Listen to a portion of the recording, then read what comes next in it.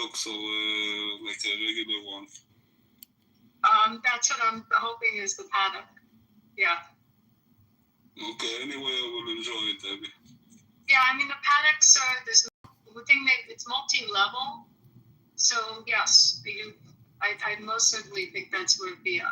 Other than there, it would be at one of the properties, right along the track. Yeah, I know. I saw how it goes. I'm really like you are with hockey and with F1. I'm a big fan of it. Do you know? It's a funny story. You know the guy it was right after October 7th, because you didn't know this. He was in the U.S. every day. Kornikas, you know, from the Sakal, Kornikas, Jonathan Kornikas. So he would be on CNN and on Fox as like, you know, the go-to spokesman of Sakal. When I met him, same time I went to Nirim, where Adele is, before the 7th, the June before, and our team was going into the Stanley Cup, and we were all over there during the playoffs. It was making us crazy. We had at 4:00 in the morning find places we could watch the game that would, you know, televise it. So we're talking to him. He took us into the tunnels. You know, there was a tunnel that they opened and it would bring a lot of media and other countries to see near not far from Beirut. But anyway, he took us in there and we're talking to him, and I didn't know he was from Sweden originally, and he was an ice hockey player. And we started to learn about all these ice hockey players in Israel. You know, obviously a lot from Russia that had immigrated, but it's a popular sport. And up near you, I think, Shlomi, there's a ice rink. Wow, great story, Abby. Fucking must be really bored in I that don't know, car Harry, ride. you know about it.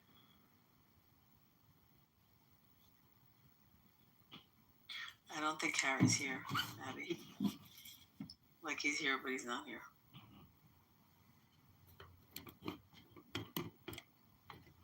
Anyway, ice hockey's become popular with it. But do you know what I'm talking about? Fuck, Abby. Nobody cares.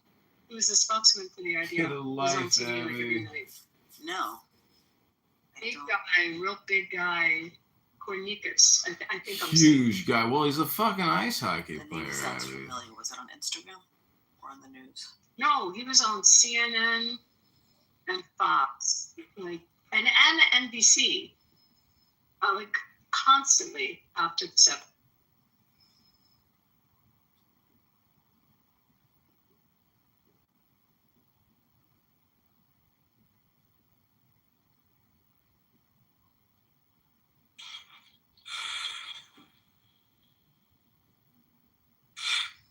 Smoking? There's literally people fucking snoring in this room. Inhaling. Tell me, what is the name of the hockey rink, the ice hockey place up? It's near in the north, no? You know what I'm talking about? But you cannot, I don't know if it's okay. It's on the border. It's Metula. It's Canada. It's Canada Center. Oh, that's what it's called. Okay. Yeah. That's it. I'm going to bed. Bye, everybody. Night. Love you, everybody. Bye, Shlomi. It was nice meeting you. Bye. Thank you, everybody. Love you all. Good night. Love you. Good night. Bye, Shlomi. Guys, it's almost 4 a.m. in Germany, so I'm kind of dying here. Been here So, fucking 8 hours. I just wanted to say I'm sorry for leaving because Abby, I really like you and I enjoy when you talk. So I'm sorry for leaving. I enjoy you too. We need to introduce you. I'm going to jump off because I have dinner, but I want to introduce you to someone who gets to be on the app that we talk to all the time. He doesn't come on anymore, but he's one of the smartest people we ever had in rooms, and he lives in Germany. His name is Alex, and I have all his. Alex, New York. He's in Frankfurt. Nice, interesting. Are you in a city? Sorry? Are you in a city? Yeah, of course, I'm in the city. I mean, I'm near Frankfurt, but not No, quite Abby, she's on the there. fucking moon. Why do you keep He's a historian. Also, like a brilliant historian. So, anyway, yeah, we used to love doing music. So maybe he's already part of my friends. I don't know. Maybe you can you share profiles in chats or in the clubhouse or not? Yes, I can share. I will send you a message because I think he still has an account. So I'll send you. JLo, do you have his profile? Do I have it? Let me check. Hold on 1 second. You know, it takes me a minute to do this shit. Hold on 1 second. Stop trying to do it. No, do not pull over.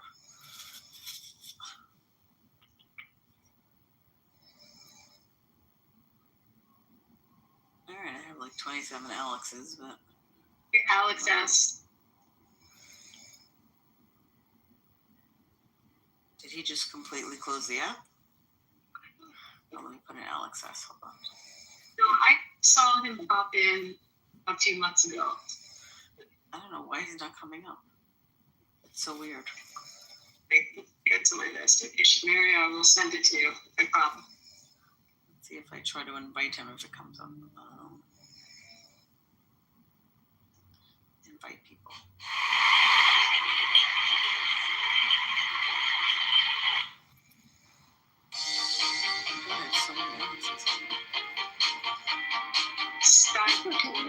I mean, you can take your time, look for him, and send me his profile tomorrow. The Imminence of the Way, or the Book of the Way and of how it manifests itself in the world.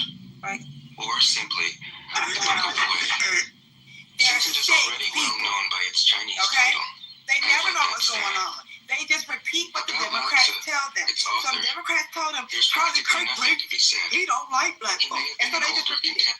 Trump gonna take your abortion rights. Project 2025. And they just repeat it. They don't even go and look at the fucking goddamn abortion laws in their individual state to see what's going on. As a matter of fact, New York is so goddamn liberal, I think you can have an abortion up to 6 months.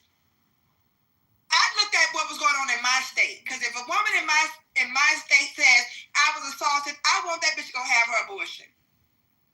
If a woman had consensual sex with a man and he took the condom off without her permission and she got pregnant, I want her to have her abortion.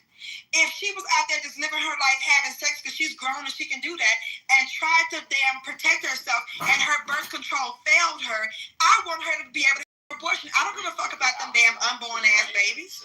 I don't believe in putting a woman's body through that when you didn't ask for that. You took the precautions to protect yourself from it. But these women that are out there, and this is why I'm moderate, because I'm really in the middle. These bitches that's out there getting pregnant every month and having an abortion and going and fucking again, they need to lock them bitches up. Those are some sick hoes. So instead of me screaming about, oh, they took their abortion rights, I actually read to see what was going on with the abortions. Liberals can't do that. They're fucking weird. They're not well. They want people to keep, and I'm going to say this again. I've been saying this on Clubhouse and people think I'm crazy. They are making trans genitals, mock genitals out of scraped, shredded thigh meat. I'm going on mute. Well, we have to remember a lot of these young liberals, you know, the teachers have already told us that they have to pass these dummies. They have to give everybody a trophy award. And by the time they leave high school, they can't even read at grade level. So no, they're not reading laws. They're not reading initiatives. They don't know what the hell is going on. Congressman John, this is a woman's only space, Congressman. Sure, you're going to be booted. Okay? You're going to get booted out of the space, Congressman. And I don't know if that's you with the Anon. Okay? That's probably him with the Anon recording our room. Creepy. Yeah, they can't read. So no, they have to get their talking points from the liberals. And look at what Harper said before she left. Got it, wrong room, wrong space. See, black liberals especially, they don't want to be, they like the echo chamber. They like to be surrounded by the same talking points and the same like-minded people. You know, you cannot be a black conservative. You cannot be a black Trump supporter. You cannot even be a black critical thinker. Black liberals do not like that shit. And I'm not saying all. Some will tolerate you if you're a black conservative or kind of a right-leaning or independent, moderate type of person. But if you're critical of Democrats, if you're critical of leftists, they do not like you. Somebody said in a room the other day I was moderating, they're like, we need a new civil rights movement. I had to ask the person, what would that look like to black people? Because we don't even like to be critical of each other. We don't even like black people who don't think and vote like us. Can you imagine you're a mom and your young son or daughter could be the next, Martin Luther King or just some great leader? God has already preordained this person to be the voice of the community when they become an adult. And suppose they're not a leftist, liberal, they-them weirdo. Black folks aren't going to listen to that person. Yeah. You know how many people have asked me to run for politics, get into politics? So many people, especially on this app, have said, nah, you should get into politics. When I was really heavily active on Facebook, now you should get into politics. Why? You niggas ain't going to do nothing but assassinate my ass. The fuck? You think I'm going to put my life on the line for black folks? Absolutely not. And I love my people, but they don't want to listen to me. First of all, they're not going to listen to a black woman unless it's Kamala Harris talking about, this is the first time I had a pork chop sandwich. Remember she did that when she was running for presidency the first time? And then the second time, wait a minute. She talked about pork chop sandwiches? Girl, she went and got a pork chop sandwich from a food truck. Talking about shit. I was like, and all black people were like, yes, she's the sister. Black queen, black girl magic. Then a couple months after that, she did a photo shoot in some Timberland boots. Because, black liberals love symbolic gestures. And then, most recently, this last election cycle, what did she do? Told y'all she washed her greens in the tub. And if that wasn't bad enough, the first time she was running for president... Green is nasty. I never heard of that. But yeah. Girl, nobody does. Nobody does. And not even Kamala Harris. She thinks and she knows she probably listened to somebody who... What do you call the people who are... I can't even think right now. I don't know. Let me come back to that because, yeah, probably. She thinks that black people wash their greens in a tub, and she was trying to be relatable. And black women, probably somebody that was non-black that told her to do that. Probably somebody from her campaign who doesn't really be around black folks. Absolutely. Because I didn't even ever hear anything about her washing her greens or freaking talk about a pork chop sandwich. She said that about the greens. She said that. And black women supported her. I heard her come out her mouth and said that. Yeah, black women supported her and was saying that she's black because she's Jamaican. And that's because black people in America are so ignorant that they don't understand the difference between race and nationality and ethnicity.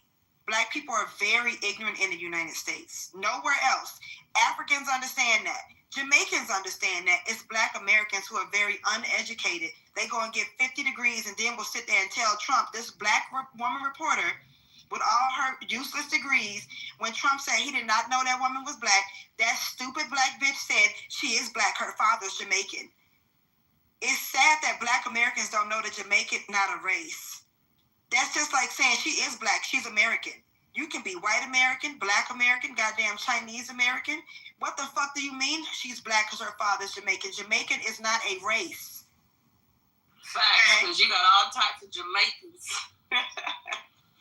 Well, we also have to remember black Americans are obsessed with colorism and the one-drop rule. They're obsessed with colorism and the one-drop rule. You know, we're a race of people that will tell you Kim Kardashian is black, Cardi B is black, Amber Rose is black, and in the same breath say Lupita Nyong'o is too black because she's too dark. Kelly Rowland is too black because she's too dark. It's a mental illness. You know, so, oh yeah, remember when, my favorite is when, we have to, if you're old enough to remember, way back in the day, when Bill Clinton was running for presidency, and he went on the Arsenio Hall show to play the saxophone, and what do black people say? He's black. Yep. Yep. Fucking weirdos. Sure did. They gave that man a black card because all you have to do is move your feet to a beat for niggas. That's all you have to do. Like they doing for the gingers, all of a sudden. Let me hush.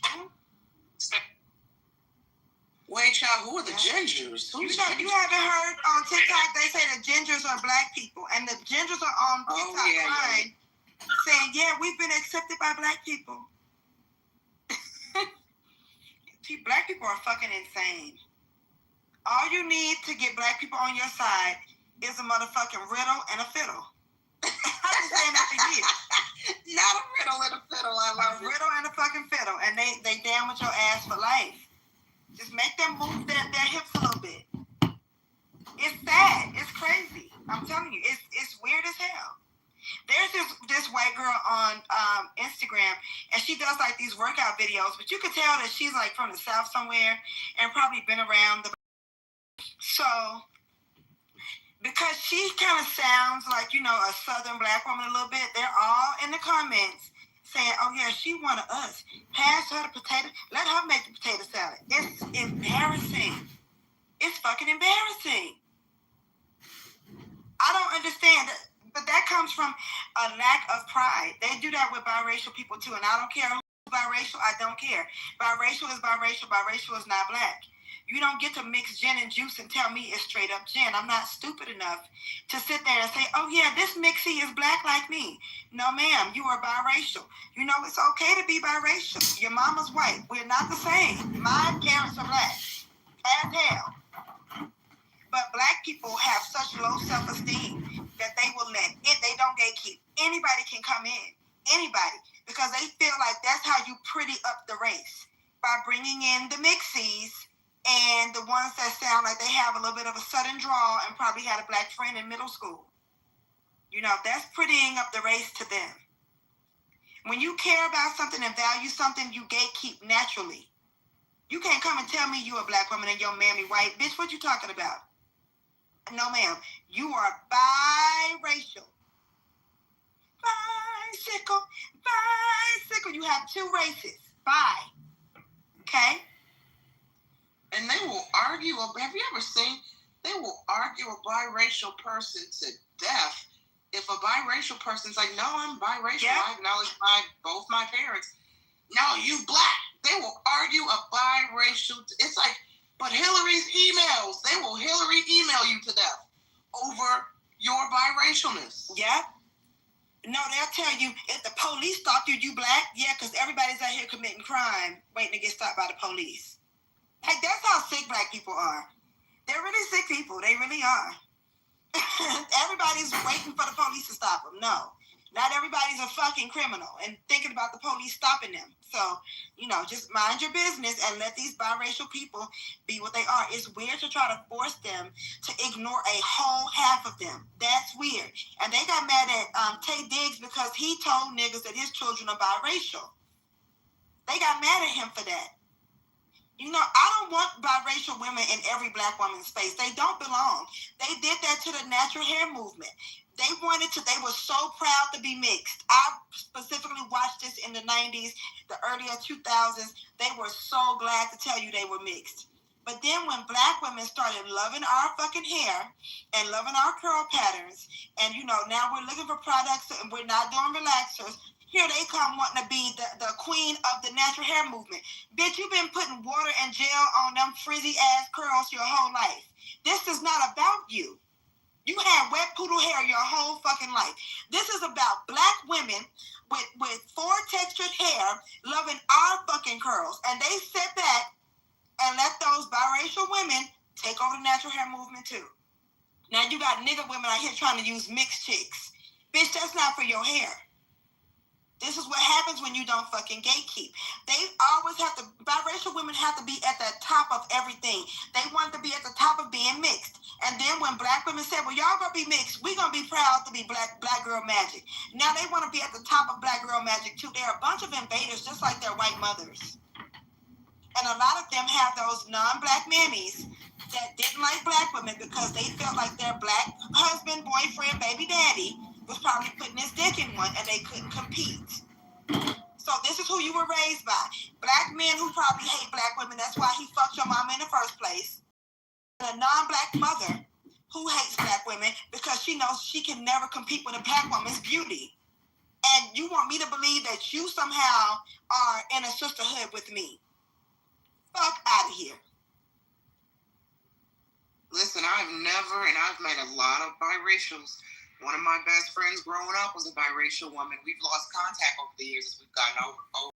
But I've never met a biracial woman who was raised by a white woman who didn't get around black women and start to trauma dump about black girls that hated me growing up.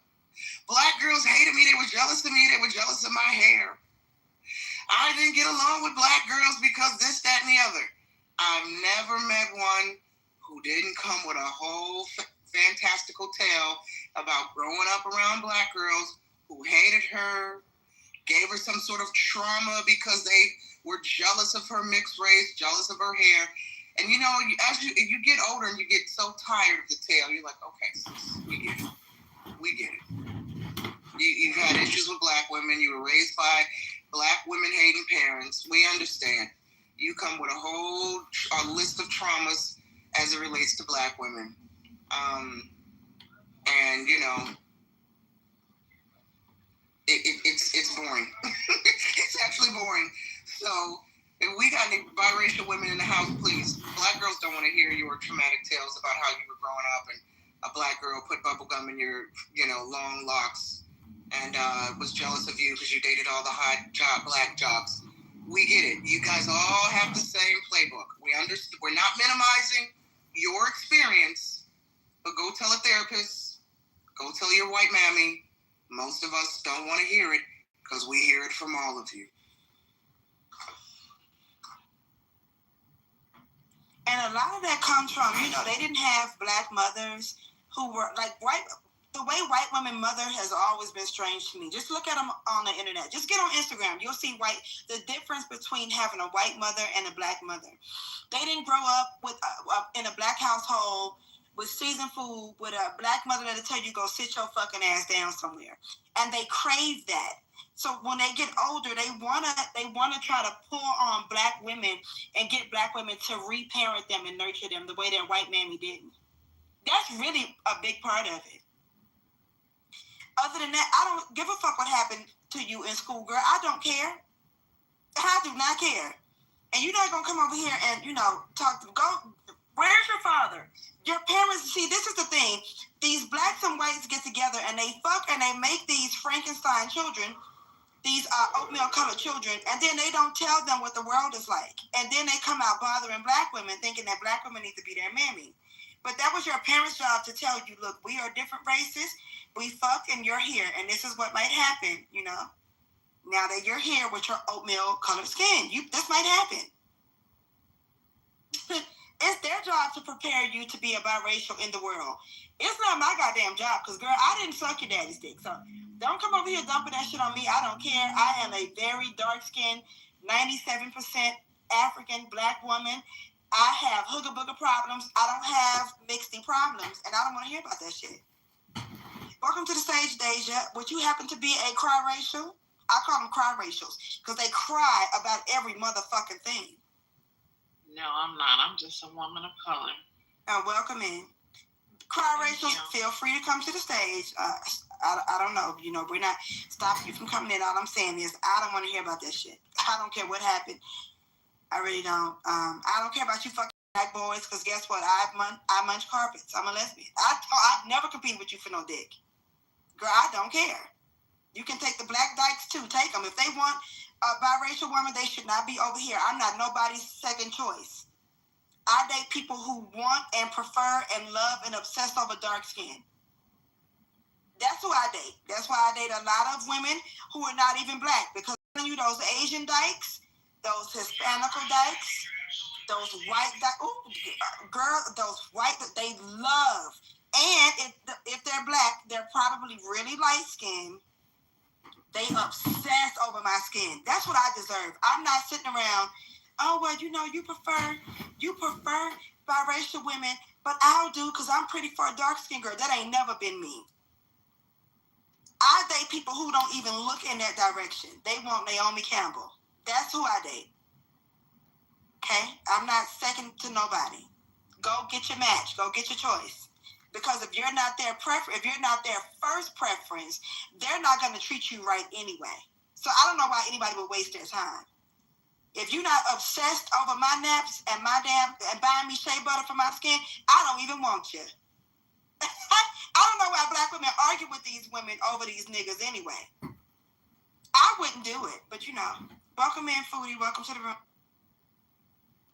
I just realized there was someone in the audience who left during this discussion. I didn't, not that it matters, think about it while she was in here, but she has some biracial children.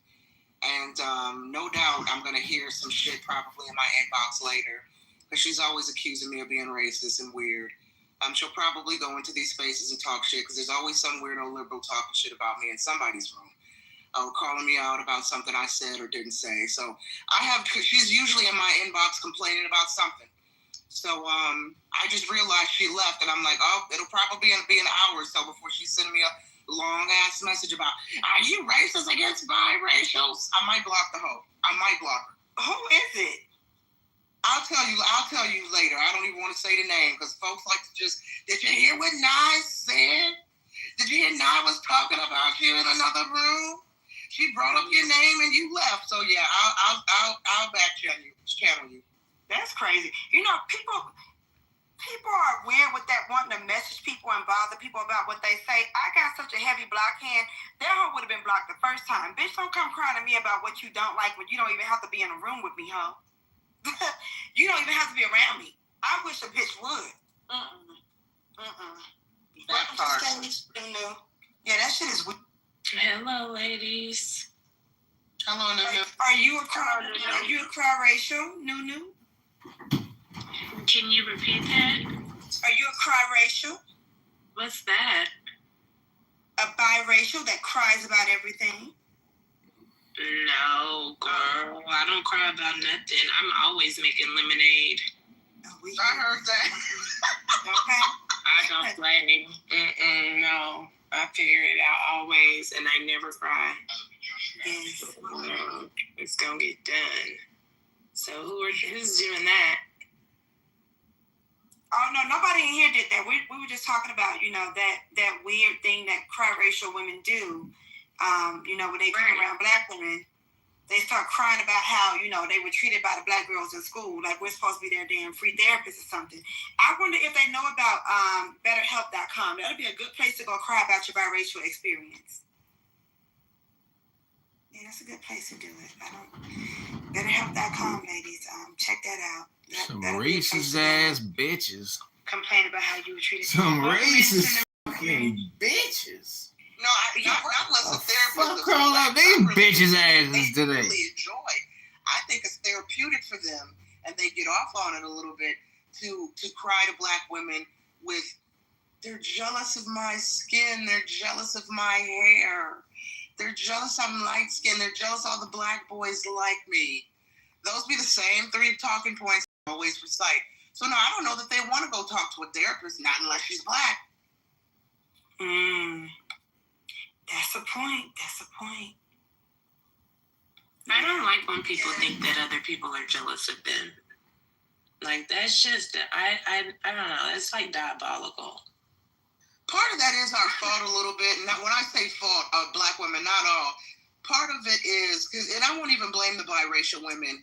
I won't hold it against them too much, because in their defense, many of them, if not all, depending on the environment they were raised in, I have no doubt that they went to school with a bunch of bonnet bandits who were were gave them a hard time and gave them a lot of attitude because of their hair and their skin. Because again, we are a community of people obsessed with race and colorism and one-drop rules. Okay? And so I have no doubt that a lot of these women caught some heat if they were raised in a black neighborhood or around a lot of black girls, ratchet-ass black girls, who just gave them shit because of how they looked. So I get it, right? Unfortunately, for many of them, in my opinion, I believe that a lot of them think all black women feel this way about them. Remember the other night that white girl came in the room? We kind of had to coddle her and hold her hand and let her know we're not like the white black women that you probably have experienced in your life journey. We're not going to give you a hard time because you're a white woman. We're not going to shut down your voice because you're a white woman. We don't care if you suck black dick. We're not jealous if you're in an interracial relationship. We're not going to give you some attitudes because if you speak, So some of them have to be coddled a little bit because of their experiences with black women. And, that is our fault a little bit. You're right, though. But you're right that black women probably have terrorized them because black women terrorize. Exactly. Yeah, they do. But listen, I got terrorized because I was black and not bald-headed. Like, I guess I was expected to be bald-headed because I'm black. Like, that's how weird black women are. My point is, though, they better go talk to their mammy about that. You can't come and burden my life with your biracial problems because I don't care. I don't care. I'm a woman who actually has color. We deal with a lot of shit.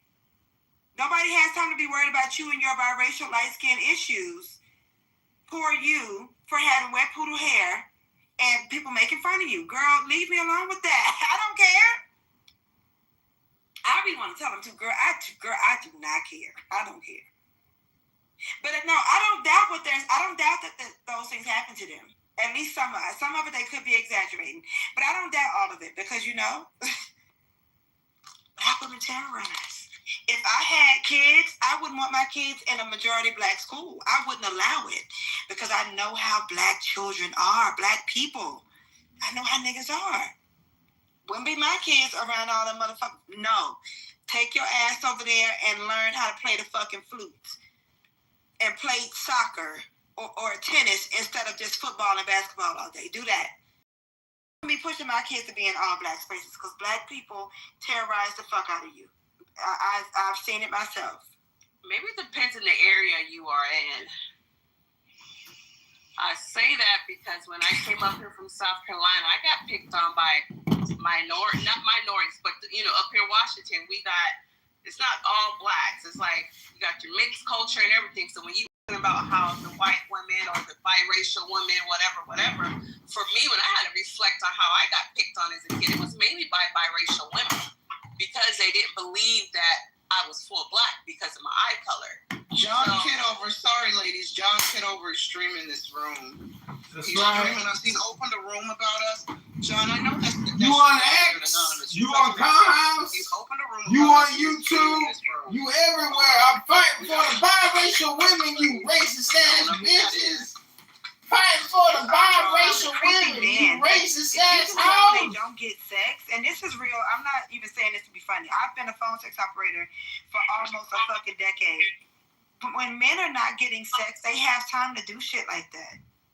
Like nobody will fuck them, so That's just crazy. That's creepy.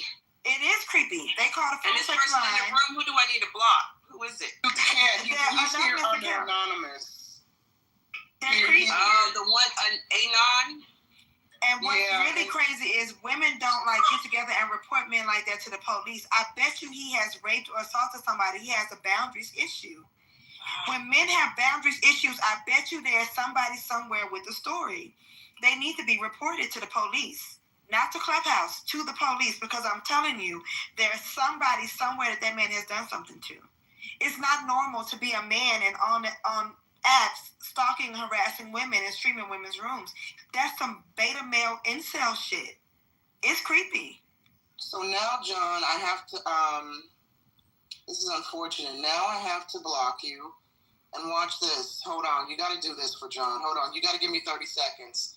This is 30 We got to play 30 seconds of music because YouTube doesn't allow it. He can get his account clipped. I've heard when the music starts playing, he starts blasting some sort of horn on his YouTube channel to drown out the copyright music. Otherwise, if the copyright music plays in the background, he could get clipped or his account shut down. So let me play 30 minutes of Biggie Also, Smalls. send me the YouTube channel. Oh, Send yeah. me the YouTube channel. Racist ass bitches.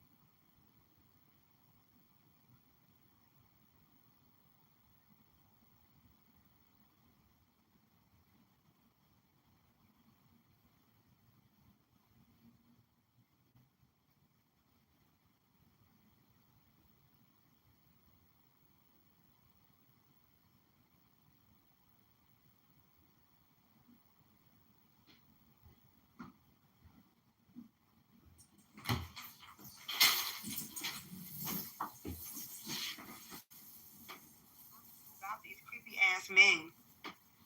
They're creepy. You know, we were just talking yesterday about how the XY chromosome is dying, and this is why a lot of women don't like being around men and saying they'll choose to bear. They are such creeps. Men will follow you on the street instead of just saying hello like a normal person. They'll follow and watch you. They're very fucking creepy. They're creepy. I've been talking to creep. I get paid to talk to them. For almost 10 years, I've been hearing them admit how creepy they are. They love to admit it to women who they feel don't know who they are. Now, here's the thing. Kitover has multiple, because he's running for Congress here in Illinois. He has multiple YouTube channels, but his name is John Kitover. I sent you the main one that's streaming live now. And like by streaming live now, 600 fucking subscribers. That's shameful. Girl, go ahead. Yeah. Nobody channel right now, it doesn't appear to be streaming this room. I haven't clicked on it. The title is different. But in the hallway, he had a room open. That's what he does. He'll copy the room. He had a room open that was streaming. He's streaming the room. I just clicked it. It's on YouTube. Yeah. He's with 600 people, and nobody's even watching. He's creepy. Yeah. See what I'm saying? You need to report that man. I'm telling you. Remember I said it. You need to report him to the police. I'm telling you, you need to report him. Yeah, no doubt. Kitover, I don't know why you're in here. I don't know why you're harassing black women. That's so weird. Surely, I mean, doesn't Pepe have a room open right now? Oh, that's right, he got clipped again. But surely you can go in Pepe's room or Brad's rooms or, you know, all the big white content creators that always got something fabulous going on. Surely you can go in one of their rooms and go stream them, right? Where's Matt Cool? Where's who else? Who are some of these other people? Go stream them. Why are you harassing women? It's so weird. It's so weird. And I don't even think you like black women. That's the thing about it. So I don't even know why you're in here. He's doing it for attention. I would just get back to the conversation because he just wants attention from women. Yeah. That's an energy vampire. Yeah. For real. They're creepy as fuck. Something happens when their mothers don't, either their mothers like molest them or their mothers don't love them or something. Because a lot of white men do have that weird incest obsession with their mothers. They talk to me about it on the phone. I have recorded phones. I could play for y'all. Y'all wouldn't believe that shit. A lot of white men want to fuck their mothers. Like those weird, creepy beta males, they always have a problem with their mother. So it's every woman's fault that their mother undressed in front of them or whatever happened. This white man, he was just like this creepy stalker. He used to drive to his mother's grave on the phone with me. He would call me on the phone sex line. He would drive to her grave. He said he had a shovel and he was going to go dig her up and fuck her bones. I'm not making this up. Like that creepy, stalkerish white male collective, they need to be, like the FBI needs to get on those people because they're really unhinged. They really are.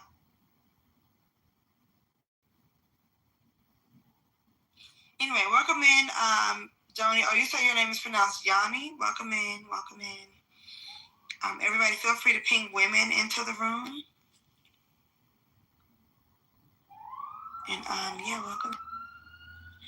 Well, I just want to say I agree with a lot of things you ladies are saying. The men are starting to be, like, untrustworthy and...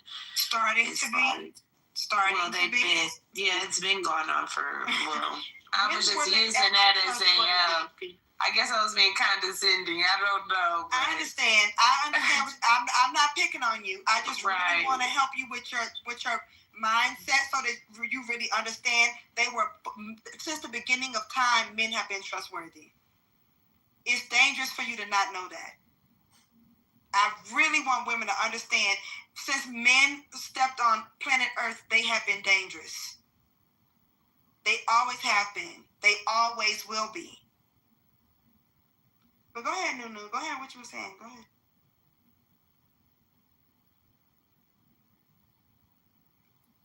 Oh, maybe. No, you're right. I disagree with you. You know, I agree. You know, it's just, they are dangerous, you know. You don't feel safe with them. You don't know what they're going to do, and they always have a modem, and they always want to do something. I don't know. It's just a game or hurt somebody. So I don't know. I don't get involved with them. All right. I'm telling you, I'm a woman that I don't fool with it.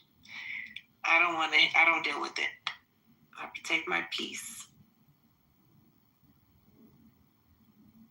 Yeah, as you should. You know, as you should. Because, there's something's wrong. But, you know, we were talking about this in my room before. The XY chromosome is defective.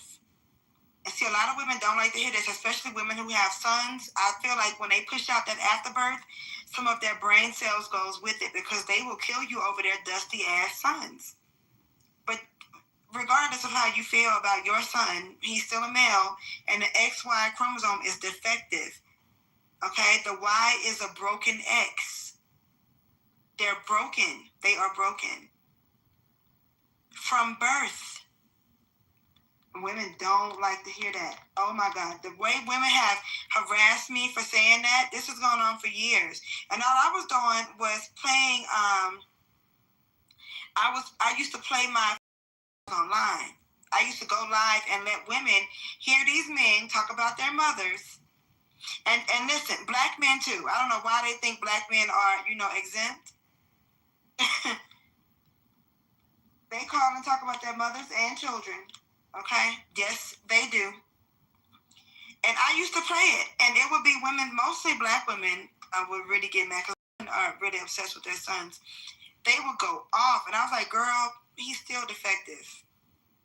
Regardless of how much they're not mad at the men for saying these things. They were mad at me for exposing it. Why would you tell people about that?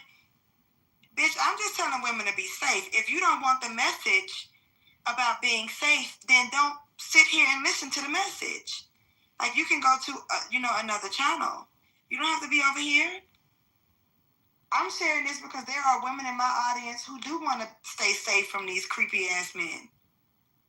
And they do want to know the kind of creepy shit that they say. And they do want to pick up on, like, the patterns. When you see a man doing this and that, this is what he's up to.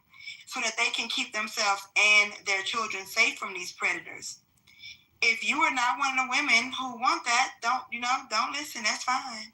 I'm not forcing the information on you. I'm just telling you that they're defective. I don't think that they were supposed to exist. This girl on this app, her name is Electromagnetic. She talks about that a lot. How it was a mistake to start birthing them. And I really agree. I completely agree. I've said this a bunch of times. Women made a huge mistake by creating them. Because there was a point when they did not exist. There were women on the planet. There were no men. But, some people don't believe that because some people are of different religions and Christian. I told y'all I don't follow any of these religions. I think that God, Mother Earth is God. I will never understand a male God. I don't know how a male can be God because men don't create. They don't give birth to anything. They don't nurture. That's what women do. Mother Earth, the planet that we live on, is God. That's what I think. And science even shows that our mitochondrial Eve, she predates everybody's existence. She was a dark black woman, and men were not around at that time. They can't find any evidence of men being around for a long time. Y'all can look that up for yourself because, especially people who love the vaccines and love to get boosters. Y'all say trust the science. That's what the science says. They weren't even on Earth. A mistake happened, and women kept birthing them, and the first one should have been lynched. Get that motherfucker. We don't know what that deformity is. Get that motherfucker out of here.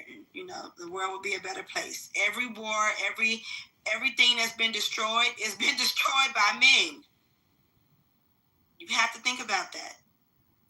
Shanitra said this in my room. If they didn't exist, who would we need protection from? Most of the time when you need protection from another woman, it's usually over some kind of competition, over some dusty, dirty, funky-ass man. So if they didn't exist, what would be the problem? Okay. So Marley and ladies, anybody who has a YouTube channel, I encourage you don't have to, of course, but the numbers matter. Click on that link I shared and just report the video, report the channel, know, and maybe the more of us who report it, it'll get taken down, the video will get taken down. So I encourage you. We can get the whole channel taken down. So what are you guys referring to getting taken down? So if you go in the chat, okay, so there's a guy on here, his name is Congressman John Kitover. Allegedly he's running for Congress here in Illinois. But he's notoriously known for spending all day, every day on Clubhouse with his, and I'm not exaggerating here, I think he's got 12 to 15 iPhones that he uses to stream. He's live right now. Yeah, so I shared the link. If you go to the chat, he streams rooms on his YouTube channel.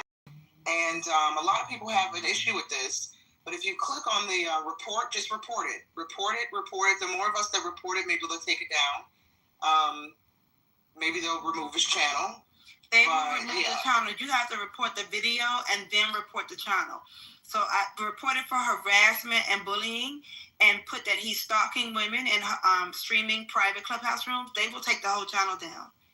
He don't have no subscribers, so he's not even making money. I've been a YouTuber for a long time. You have to have at least 1,000 subscribers and 400 watch hours to even make money. So he doesn't have any views, subscribers, nothing. He's not making YouTube any money. They will quickly take his channel down. They take down big channels. So a channel that's not even ready. I think that's a fair thing to ask. I think they should call it like middle income so that people aren't scared. Because that's really what a lot of these affordable housing things, separate from Section 8, a lot of these are just workforce housing. People who actually work in the neighborhood, Right. and whatever. They're firemen, they're whatever they are. They work at nonprofits, and they can afford to live in the neighborhood that they work in. That's all it's for. And I would be considered in that class if I went up there with my salary compared to what the people up there actually make. So they would be getting someone like, a nurse, like you said, firefighter, something like that. They would be getting those people, to my understanding, right? We're not talking about Section 8, right? No. I mean, sister's right in the chat. Mixed income is more accurate way because they have a scaled. It's scaled. They have a certain amount of apartments set aside for this income range, certain set aside for this income, all the way up to free market. Oh, okay. All right. Thank you, sis. I read what he put in his truth on Truth Social, and once again, he's giving out false information as usual. Okay. All right.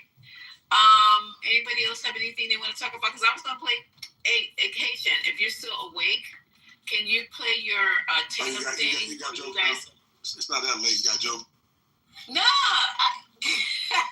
I just forgot. I have no gas. Yeah, I need to go grab some gas for tomorrow. That's why I'm back in my car. But if you guys want to, I was going to play Candace Owens. If somebody wants to play chapter number 236, or we can listen to Haitian's thing until I get home and finish out the night that way. Or you guys can talk about whatever you want to talk about. I think that Candace might be good to hear. I don't want to speak for everybody. Y'all speak if y'all want to hear Candace.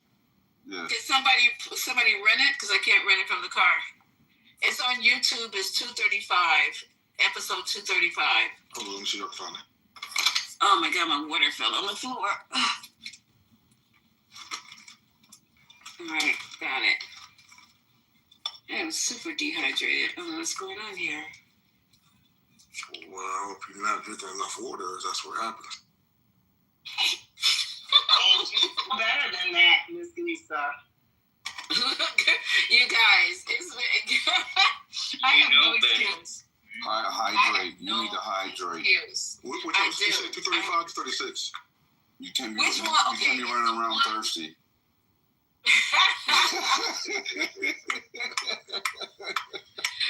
There's not a good look. Yeah, not a good look. Not a good look. It's the one where, and you see in the notes, she's talking about Jerusalem. I think it's the one. All right, that's from yesterday. 235. Okay. Yeah, it's from yesterday, and then she has some from today too. Okay, there we go. I think it's the one from yesterday about Jerusalem. That's the one they want to hear. All right, I'll be home in a few minutes. I'm just going to grab some gas. Okay.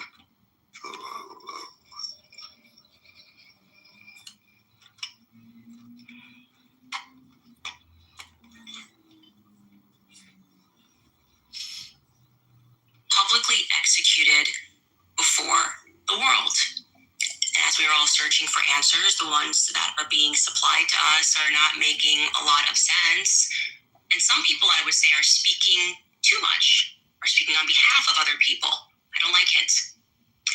I will say something that I think brought the world a lot of relief, also, sadness, we were grieving with her, was when his wife, Mrs. Erica Kirk, addressed not just the nation, but the entire world. Her words were very powerful. And we just have a very brief portion of her remarks, which you should pursue in their entirety. But here she is. If you thought that my husband's mission was powerful before, you had no idea. You have no idea what you just have unleashed across this entire country. In this world, you have no idea. You have no idea the fire that you have ignited within this wife. The cry cries of this widow will echo around the world like a battle cry.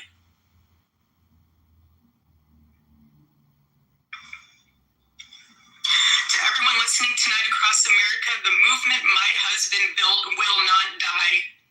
It won't. I refuse to let that happen. It will not die.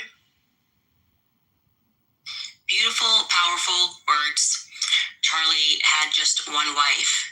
What we got to see across this weekend is that there were so many people around the world, like she said, who were deeply moved by Charlie Kirk throughout their lives and, of course, have been deeply moved by this tragedy. And what she is describing there at Fire, a lot of us are feeling it. I am definitely feeling it. I had a very tough weekend. I will say this, my entire life, I've not been much of a crier. It is not my choice emotion. I'm not a person who bursts into tears, and some people are like that. This weekend, I didn't just cry, I wept. I wept for Charlie, obviously. I didn't make it through the tribute to him on Friday, and for those of you who wanted to see me in a moment of weakness, that was delivered to you fair. Yeah, I watched my friend get shot in the neck. Yeah, that's what happened. I just want to say that he was publicly executed again before the world. The question is why, right? You know, when you are in a state of grief, you go through a lot of emotions, and I'm arriving right now at a lot of anger. The audacity of some people. It has taken much restraint and prayer, and I had to speak with a priest. I had to go to confession.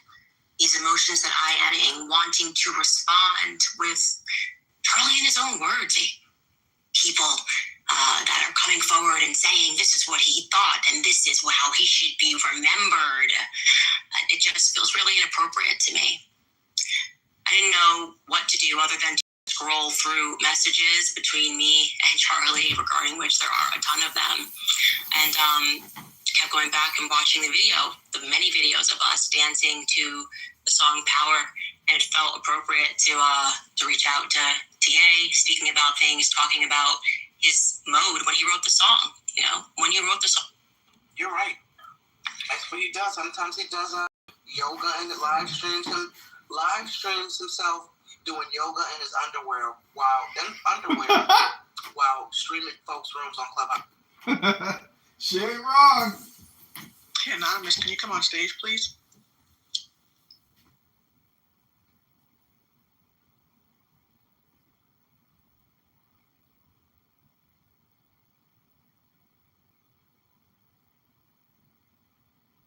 That's probably the same creep.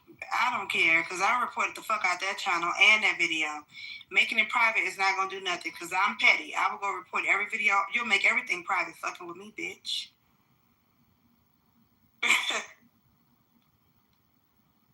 Everything will be private. I report everything on that motherfucker. And I'm going to keep fucking sending reports. And I'm going to send him an email to show that this is my room that you streamed. Like I said, I don't even fucking know you. Bitch, play with somebody else. You know who the fuck you playing with. I'm not nice at all. I've never been nice. I will fucking undo you. Keep it the fuck up. But yeah, so we was talking about something before. I think it was the whole thing with Candace and Charlie. I can't remember. And then we ended up on a whole different topic after that. We had a good little conversation going on. We'll see what's going to happen with this Charlie Kirk shit. You know, I'm going to miss Charlie, too. I watched last night his interview with Gavin Newsom. He lit Gavin Newsom's ass up. Wait, who did? Charlie. Oh, I missed that. I'm going to have to look. Girl, you didn't see that? Somebody else in here private at the bottom. We know. That's probably the same weirdo. Yeah, he did an interview with Gavin Newsom. It was like 6 months ago. I saw it when it came out. It's good. Yeah. Even Gavin Newsom was admitting that his son loved Charlie. Girl, how did you miss that? I don't know. I didn't know my phone was off mute the whole time. I apologize. I know it was noisy. Girl, I don't know how I missed that either. I'm going to have to look that up. What? Gavin Newsom is such a freak show. He really is. He is. And I think he's always high on cocaine, to be honest. Yeah. He got on my nerves. And you know, Charlie called him out for being soft. He called Democratic men out for being fucking soft. And they are soft. He was letting them know. He got on his ass. He even talked about, oh, Diamond, did you mean to go down? I don't know what happened. He even talked about how all they do is try to look down on people because of their 50 million degrees. He got on their ass. And Gavin Newsom couldn't even disagree. It was good. You got to watch that shit. And he told him, he was like, this is why, you know, Trump won. Y'all keep doing this weird shit, and that's not what we did. We didn't do that. I said, yes, Charlie. Tell that motherfucker, hello, Harley Quinn, welcome. Hey, thank you. I appreciate it. Hey, everyone in the room, but I'm also a dude. I'm sorry. Why are you in here? Ping me. I just wanted to clarify that, but I can leave. No, I didn't know you were a man on my list, so let me block you and remove you. You have a good one. I don't know how you got on my list for me to be able to ping you. With a picture of a cat and that name, I think anybody would probably think you're a fucking woman, you fucking weirdo. They're so creepy. They are creepy. He sounded like a they, them. Probably came in the room before and said he was a woman. That is crazy. And even the queer men, I don't think we can trust them either. I hate to say it. I'm sorry. I can confirm for you that you can't. Have you seen all those weird-ass trans women on TikTok saying that they're going to punch women in the face if we look at them wrong in the bathroom? No. Put that in the chat. Yeah. They can't be trusted. They're men. They are XYs. The fags can't be trusted either. I don't trust none of them. And they always think somebody hating on them. That's the part where I say something wrong with them.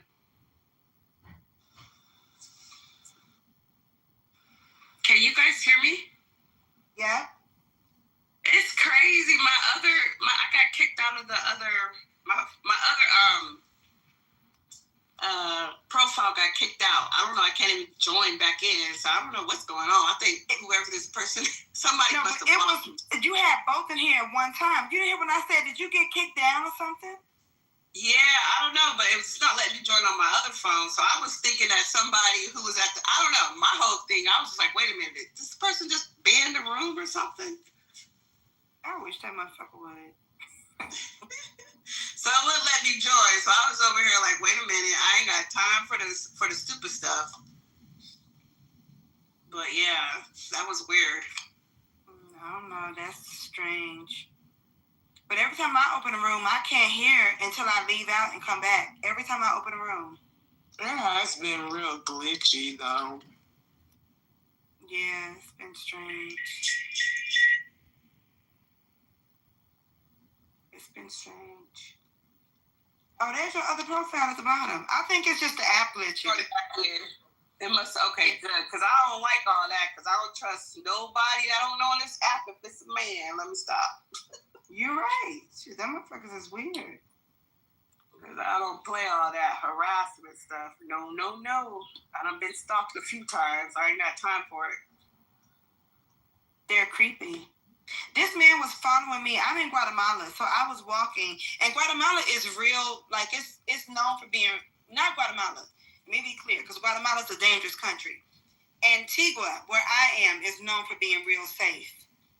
So I was walking, and I was surprised that this man was following me. And how I figured it out, because I pretended that I was going to turn, and then he turned, but then I kept going straight. So he had no choice, because he saw that I saw him. So he kept going down the street that he turned on, but kept looking back. So I went and followed his ass. And when he looked back and saw me following him, he dipped into this store. He was going to wait for me to pass by and then start following me again. But when I passed by him, I had my fucking phone recording his motherfucking ass. And after that, he left me the fuck alone. They're so fucking weird and creepy. And then men will say, well, I didn't know if you were with someone. That's why I didn't say hello. So you're going to just sit here and just watch and follow and be creepy? Like, they're just so dysfunctional and unwell. They really are. Just dangerous and fucking functional. I wouldn't want to be responsible for one of them being on Earth because they stalk women. And I don't care who he is. Every woman has a story about every man. I don't care. Every woman has a story about some man has done something. It's all of them. It's not some of them. It's all of them. It's all of them. All these years that I've been doing this work, I cannot pinpoint for you a specific race or age group or class group. You nothing. can't trust them around your kids. They keep their eyes wandering and moving. No, but for real.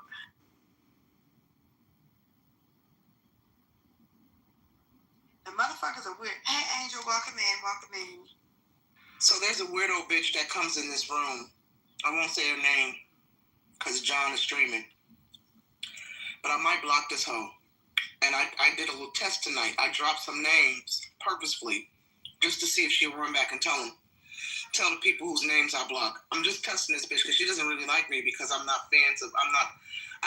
she's really cool with one of the white supremacists on this app. I don't know if the girl's black or white. She sounds black when she speaks. She don't use her real picture.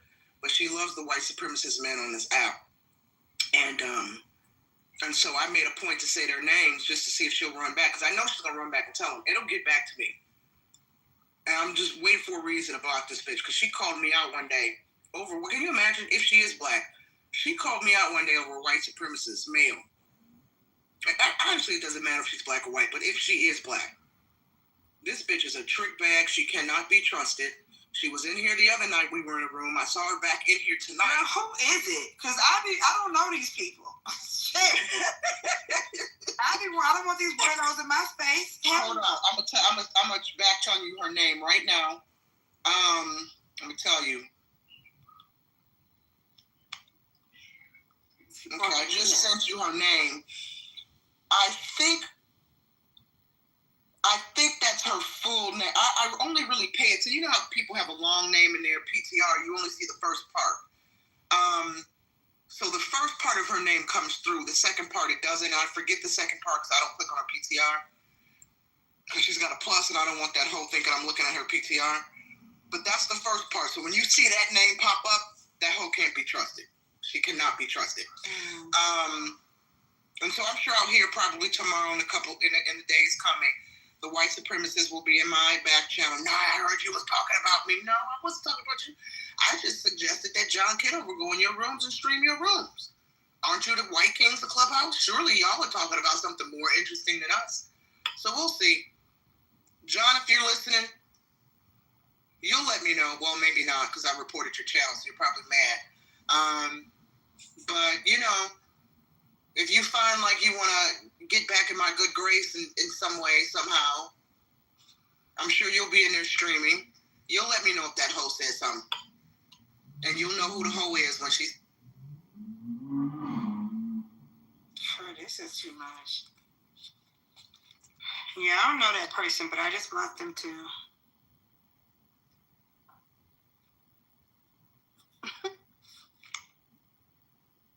It's a lot going on. These people are mentally ill on this app. The behavior is not normal. It's just not normal.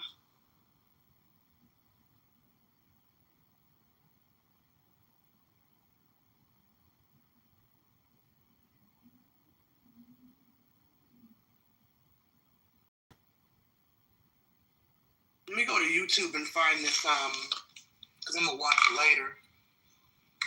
This Charlie Kirk video with Gavin. I can't believe I missed this. It's on Gavin Newsom's YouTube channel. You know, he has that corny ass podcast. And it's on his YouTube channel. It was good. He was telling Charlie Kirk that when he coming to interview him that morning, his son woke up at 6 a.m. and wanted to come meet Charlie and wouldn't go to school, didn't want to go to school. So Charlie was like, okay, so did you bring him? He was like, no, he went to school. Charlie messy ass was like, why, you closed the schools for 2 years and he can't have one day? I was cracking up. He was on his ass about that COVID shit. It's true though. It's true. They shut everything down. Now your son came this one day to meet Charlie. The hell? His son is probably going to resent him because he could have met him and now that man is dead. He said his son was really he really liked Charlie. He really loved him. And his niece was at Charlie's rally like the night before or some shit. So, yeah. Yeah, that was good. That was a good episode. If y'all didn't watch it, y'all might want to watch it. If you don't care about politics, you won't care about it, but it was interesting.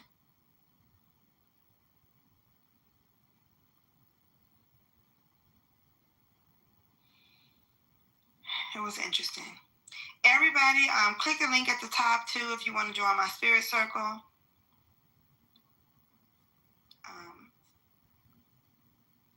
You know, Tom, you've been in my space for a long time. I don't think you've ever been in my spirit circle. I don't know. Maybe you don't care about the spiritual stuff. I haven't been to it. Yeah, you're always in the space. I've never seen you in the spirit circle. But yeah, anybody that wants to join my spirit circle, the 21st is the new moon solar eclipse. Y'all know that I do witchy things, and I get together with women who do witchy things, and we do this every month. So under that new moon, we're going to be manifesting money, okay? And we're working with fairies and nature magic this month. So it's going to be a good spirit circle. Click the link and join. Don't miss out on it.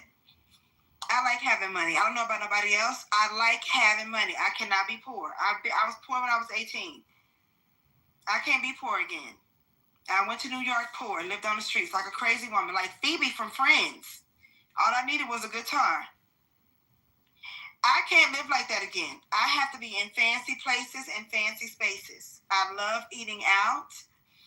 I love traveling. I love living in beautiful Airbnbs now that I don't live in New York anymore. So I have to get around, okay? And I do my little money magic. The women in my space, they do their money magic, protection magic. If they want to do love magic, that's on them. Do love magic. It's a very powerful space to be in. So yeah, feel free to join it, and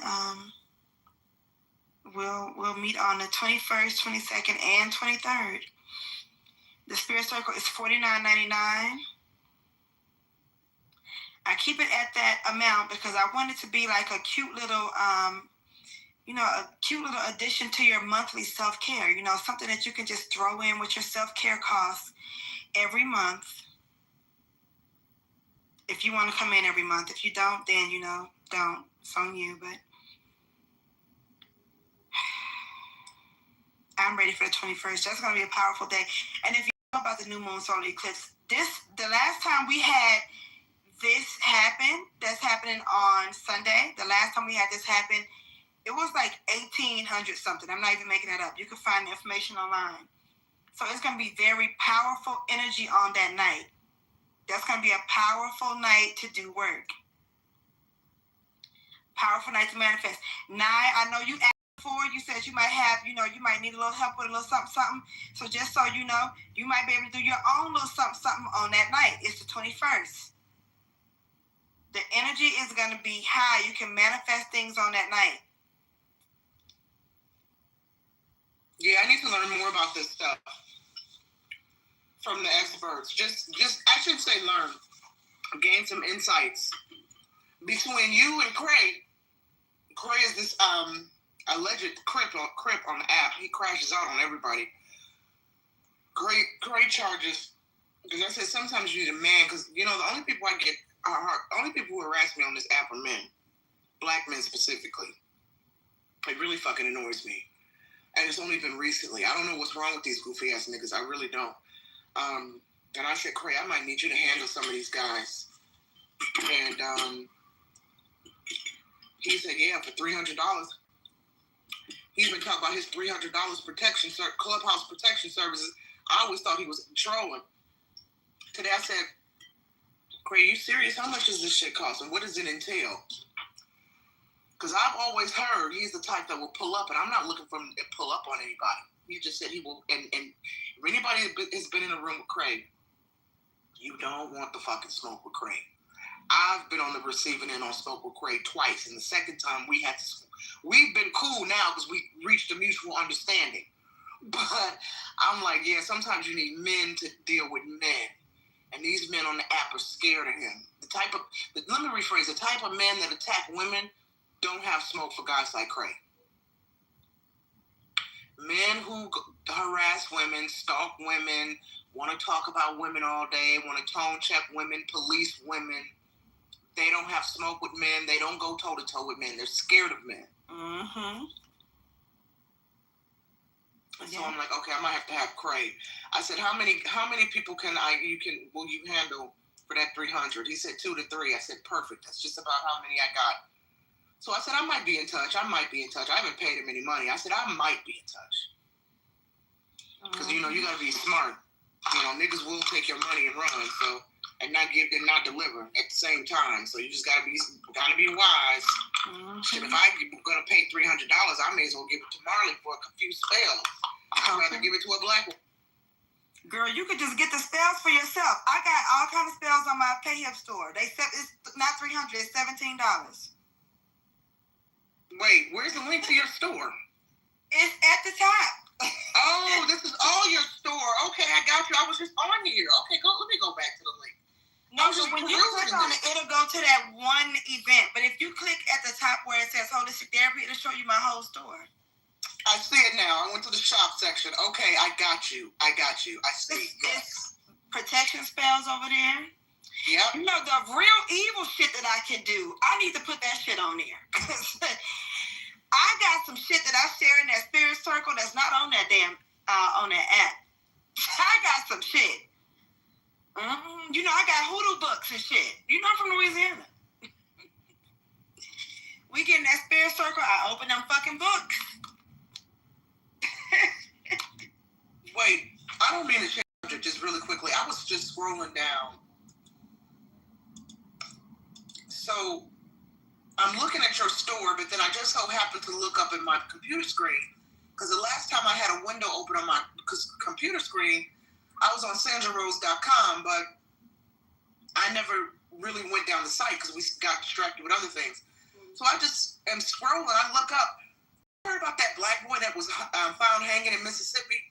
There was a white man found hanging too. Both a black student and white man found hanging from trees in Mississippi on the same day. What the fuck? Yeah, that girl, somebody was just in here saying that they said that the boy hung himself or something. When I first opened the room, somebody came in here talking about that and said that the police are saying that he hung himself. For some odd reason, I just don't believe that. Nah. They always say that in these modern day black lynching cases. Anytime the police say he hung himself, there's no foul play, I 100% believe it was the cops who did it. They did that to Sandra Bland. They said she hung herself. Yep. I went to Waller County Jail to investigate that girl's murder. I was there. I was trying to get arrested. That's how crazy I used to be. Because I wanted to get in there and see that jail for myself. You can't tell me that girl who was that tall hung herself on that short-ass thing. And then she was dead in her mugshot. We all saw her face. We drove to Waller County Jail to see what was going on. First of all the post-traumatic slave trauma and generational trauma that the Black Boule and the so-called scholars and the elders claim that black people have. Niggas are not hanging themselves. I'm sorry. I just don't believe this. I mean, don't get me wrong. I'm sure we've heard stories of black folks, being so traumatized and tricked out they can't go on, they hang themselves. But who is going to get a rope and hang themselves from a tree? That is white supremacy's bullshit. Folks, especially men, if they want to take themselves out, they're using a gun. How often do you hear about a black man getting a rope and going to hang his ass in a fucking tree? Like, come on. I just don't believe it. You'll hear him probably hanging himself in his bedroom, or maybe the rare cases over the past, 10, 20 years, very rarely. Sure, you'll hear about suicide. If you'll hear about a suicide by hanging in a house, rarely. But a tree in the woods? No. Mm-hmm. That's not what we do. Yeah, I agree. But it's Mississippi. That's why so many black people in like Mississippi and Alabama, that's why so many of them are Democrats, because they insist on staying in Mississippi, Alabama, all these racist ass places, and then they're so ignorant and they don't travel, so they think that all white people are like that. I don't know if y'all remember that case where that guy, what was his name? He choked out that nigga on that train that was harassing people. Daniel Penny. Daniel Perry. Let me go look it up. I think it's Daniel Penny. Yeah. So when that happened, first of all, the black boy that he choked out, that nigga had already punched 2 old people in the face on the train. An old black woman, he broke her nose, like broke her face. He had already attacked 2 elderly people on that train. And then that day when the white boy stopped him, black people even said that he was on the train saying, "You're going to have to kill me," and all that crazy shit. See, just because black people are cowardly doesn't mean that white people are. When they come to motherfuckers acting a fool in public. So he choked his ass out. This motherfucking weird lefty gay boy from Alabama somewhere had the nerve to say he didn't have to choke him out. Yes, the fuck he did. That he was going to end up killing somebody. It could have been somebody black. Y'all don't care about that. You just want black men to be able to act a damn fool. He gonna say, well, the white boy should have been on his side of town. What the fuck are you talking about, baby? We are not Alabama, Mississippi, where y'all have segregated neighborhoods and shit. We are New York City. We are a fucking melting pot. White people don't have no side of town. And furthermore, black people wouldn't let them motherfuckers think they have a side of town in motherfucking New York. We'll burn that bitch down. Exactly. We don't do that weird shit that they do in the Deep South. But they think that everywhere is like that. And so that's why a lot of them are so lefty, crazy Democrat. Because the Democrats they really have those people believing that everywhere in America is like Alabama, Mississippi. I wouldn't live there. I don't know why they keep living there. Pack your nigga bags and leave. Maybe you'll go expose yourself to something outside of the racism that you know, and experience something different so you can stop being delusional and crazy. Girl, some people, I would not, you couldn't pay me to live down there. Girl, that reminds me of a room I was hosting on Clubhouse some months ago where there were these 2 young black folks on the stage. They both lived in the South. And to listen to them talk about their experiences with white people in job was just, it was surprising to me. I mean, Marley, as you know, I'm Generation X. I've been working since I'm 14 years old. I've had all types of jobs, from corporate America to working in the food industry for the past 20 years. As you know, I've worked in film and TV. I lived in LA for 20 years. I worked for all types of studios, production companies. I've worked for A-list filmmakers. I have never experienced the level of so-called racism. And I've been working around white folks my entire life. And I'm not saying none of them were racist. They just didn't bring the bullshit to the job. Okay? Whatever they did in their home and their private lives and their social circle ain't got shit to do with me. But at work, I never saw that bullshit. They're bringing it to work nowadays, girl. Are they? This is crazy. You know what, Nunu? I've had the blessing to, because what I do now as an entertainment news reporter, I can work from home. As a matter of fact, I have 2 jobs, and both of them, one is non-entertainment related, and the other is entertainment related, and I can work from home and do my job, and I've been working from home, and sometimes with my entertainment job, I do have to travel. But I haven't been in an office environment in years, probably since 2017, to be honest with you. But before transitioning into remote work, I didn't deal with these weirdos. I didn't deal with this. So when I was listening to these young blacks, I felt sorry for these 2 young blacks, what they were saying about the white folks that they work with and their experience with racist white people in their jobs. And I'm like, holy shit, this is real life. Like I've never experienced anything like this. Even when I worked with white folks who were known for being racist, right? I can think of two right now. This white woman I used to work with many moons ago, and a white dude. And folks in the office would warned, so-and-so is racist, so-and-so is racist. But they didn't show that side to me. You know, they knew how to act when they were around their white folks who would accept that type of shit, who wouldn't check them on that shit, right? But they didn't know that some of these white folks were like, yeah, we're gonna go back and warn the black people who like that you're like this. So, girl, I don't know. I felt sad. I felt really sorry for them, and I told them, I hate that y'all have to experience this, and I feel like you don't have protections. Because let me tell you something. I worked for two prominent companies way back in the day, and my bosses were just, it had nothing to do with race.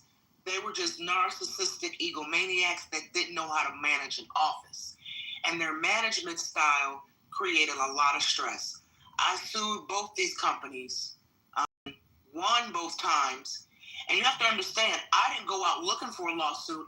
When I started having panic attacks and went to the doctor the first time I had a panic attack and told the doctor what was going on, she was like, yeah, whoop-de-whoop-de-whoop. You can sue for workman's compensation, stress-related. I didn't even know that was a thing. Okay? The doctor said, sue for stress-related workers' comp. And I did and won. So then when I transitioned to another job, and it was the same bullshit, I said, oh no, y'all are not gonna stress me out and have me in the hospital again. I'm about to sue you motherfuckers to send a message. Corporate America has to learn. This is why, they called it, when I was growing up, they called it sensitivity training, right? Now, in the past couple of years, they changed it to diversity training.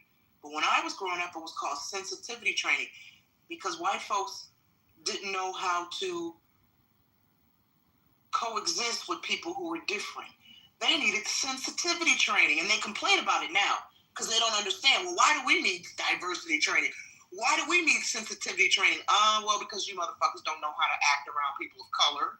You don't know how to act around women. You act really sexist. Like, I can recall when I was working for this magazine at a corporate party. Y'all don't think I'm making this up. One of the white executives went up to these two white girls. They were probably two of the baddest white girls in the office.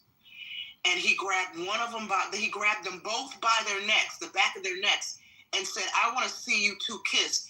And he slammed their faces together. Okay? What? And one of the girls, and he broke one of their teeth. They sued and won millions of dollars. I'm not making this up. And they wonder why they need sensitivity training. Because no white man, you can't grab white women or any woman by their neck and slam their face together so you can watch them kiss. He didn't go to jail? Girl, no, he didn't go to jail. No, they had arbitration and shit. Okay? My aunt is friends with a woman, and here's another story. I'm not making this up. Years ago, y'all remember Sex and the City? Years ago, we're talking well over 10 years ago, right at the height of Sex and the City. My aunt is friends with a black woman who's a writer. She got a job writing for Sex and the City. One of the white executives told her, because she was, she wrote one of the episodes. One of the white executives told her, what does a black woman know about a rich white woman's life in New York? Like, basically, she can't write an authentic white woman's voice because she's black. She sued, won $2 million.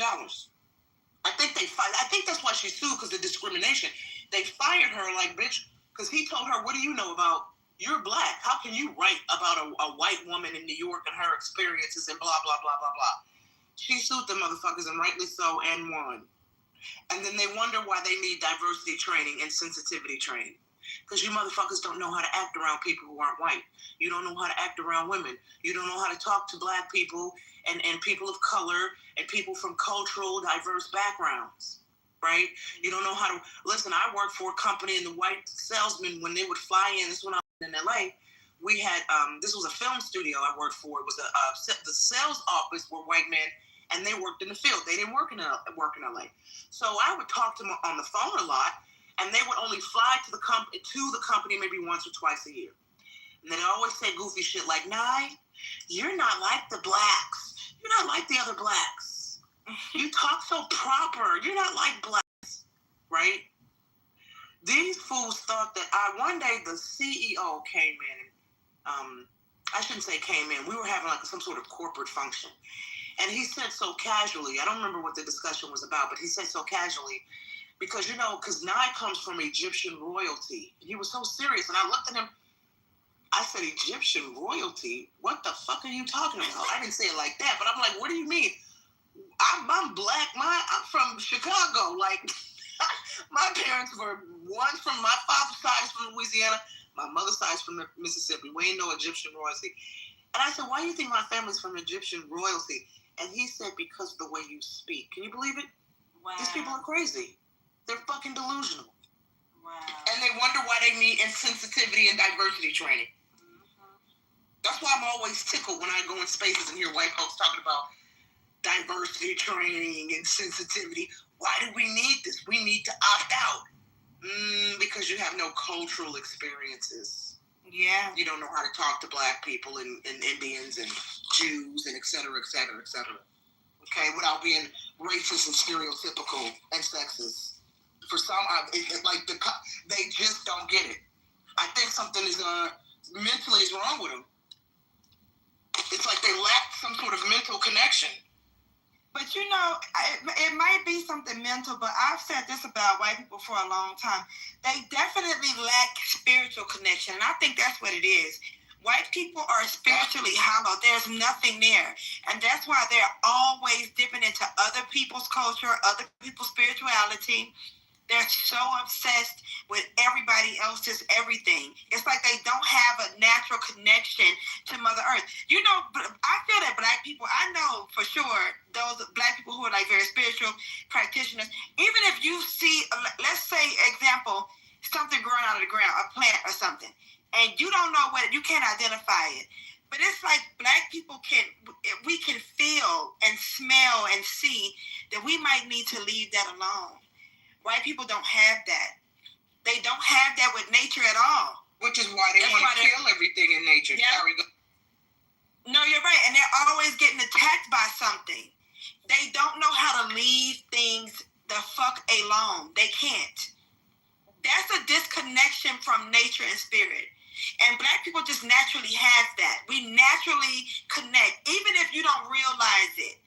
But we have it's something in us that would tell us we might want to leave that where the fuck it's at. Not white people. They just can't. They have to bother every fucking thing. There's something spiritually hollow about the whites. And that's why I don't trust their children. The biracial ones either. I just don't. Because something's wrong with you. Something's missing somewhere. There was this white man. He took his dumb ass to bother this fucking tribe. This tribe that's not bothered by society. They're separate from society. Nope, the government in that place has said don't bother them. I think it was in Peru. And he took his white ass to bother those people to try to tell them about the Bible. He come rowing up on a boat. They see him, they start throwing arrows at him. One of the arrows stuck into the Bible. That should have been his sign to leave them the fuck alone. If Jesus don't have mercy on them and they've had no contact with people, well, maybe they meant to go to hell. Leave them people alone. He rolled back after the arrow went through the Bible and took his dumb ass back over there again bothering these people. I don't think he was trying to bring them to Jesus. I think he's just white, and white people have to be intrusive. They have to. They have to. How dare you be an uncontacted tribe and think I can't bother you? I'm white. And they ate that motherfucker and gave his skull to somebody, the family or something. As they should have. And I'm sure his ass tasted bland. They should have ate him because white people cannot just leave people and things and places alone. It's not normal to always be getting attacked by bears and shit. That shit ain't normal. You don't really hear about that happening to black people because we understand how to respect nature. And whites just don't. That's the truth. Every time, let me tell you something. I don't have a lot of fears in life, but bears are one of them. But I'm definitely afraid of bears. I will not live anywhere where there is there's a possibility where I'm chilling in my backyard, sipping on a cup of tea, and I look to my left and a bear is going to roll up. Okay?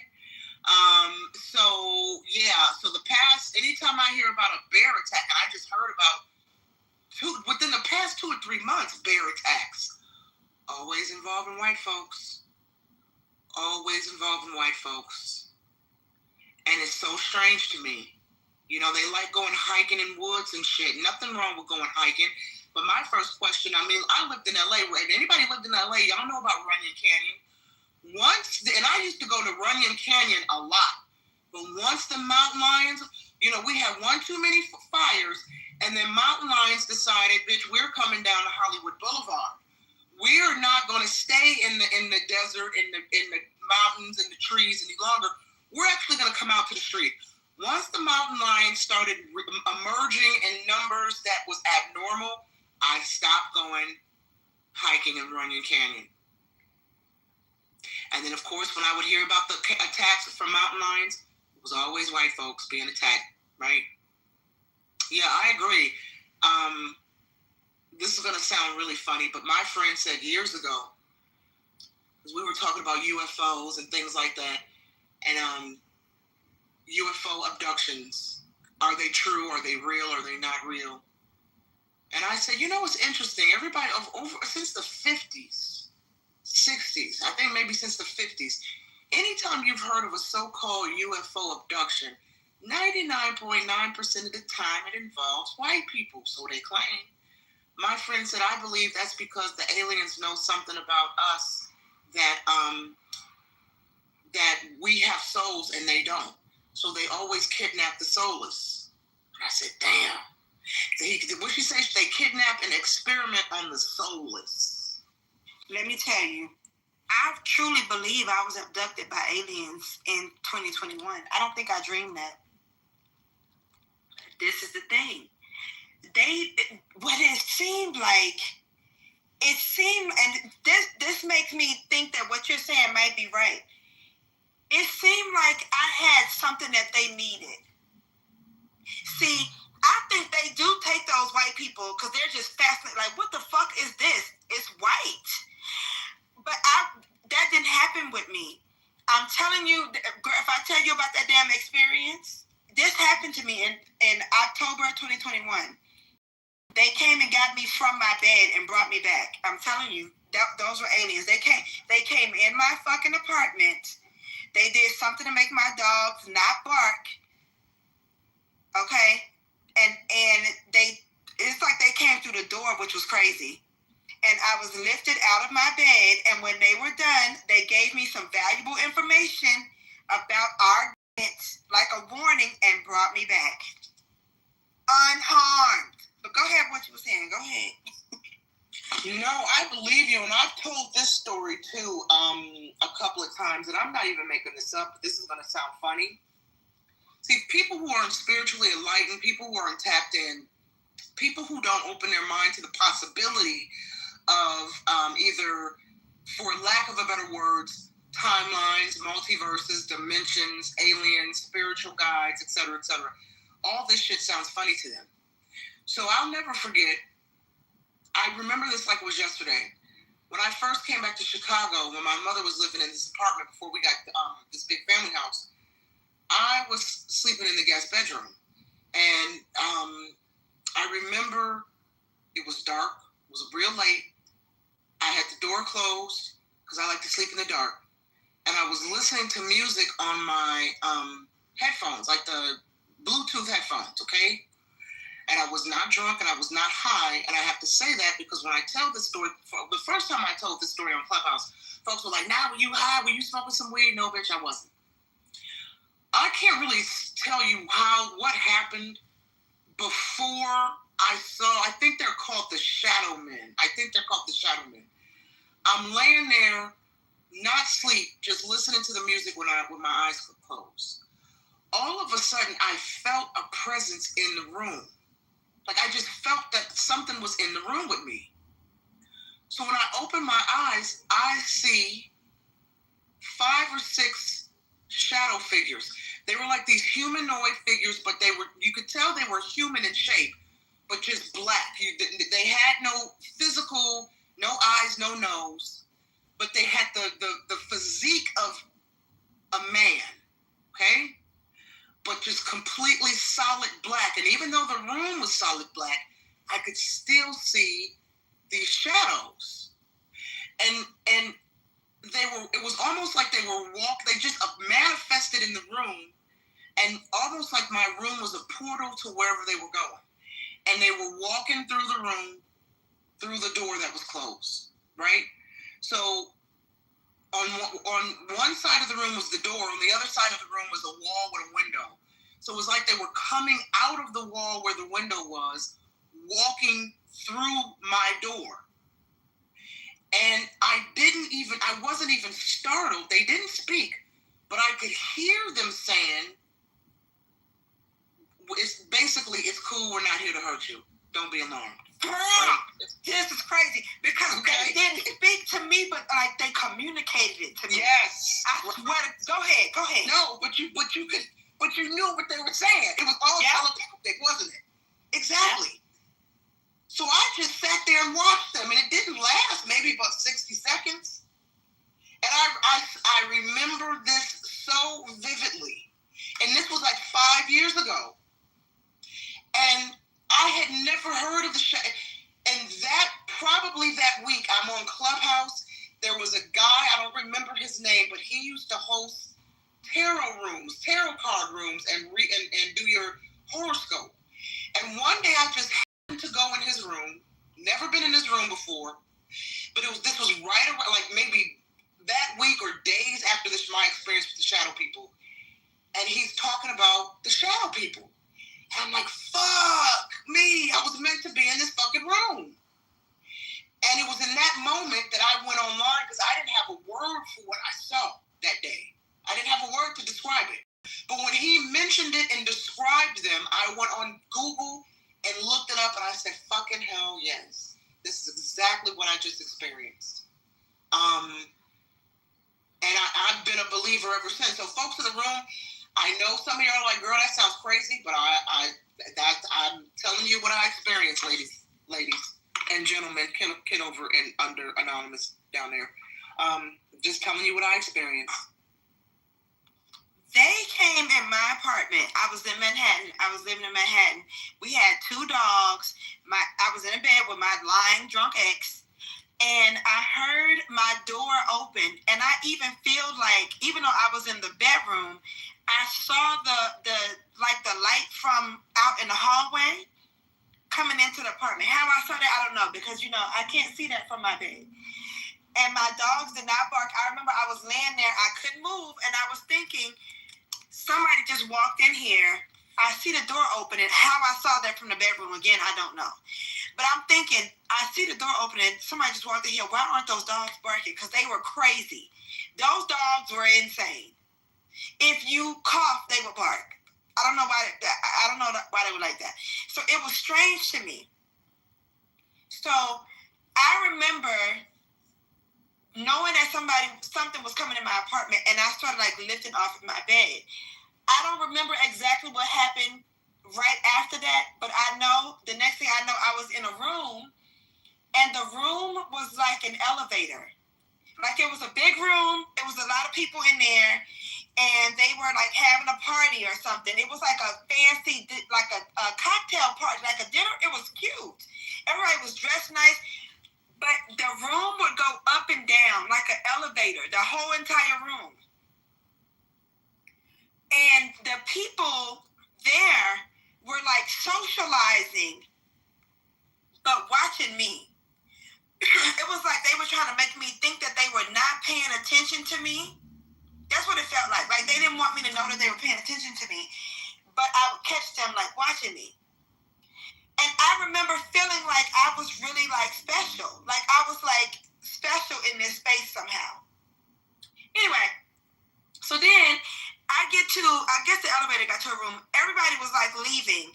And I end up I don't remember how I got there. But I end up like in a room with some that looked, because the people who were in the room with me, I remember telling them, I know y'all are not human. Because they were trying to look human, but when you really look at them, you could see like their faces glitch, their skin color wasn't right, they were not like me. They were different from me. And they only were trying to look human so I wouldn't run or something. It was strange.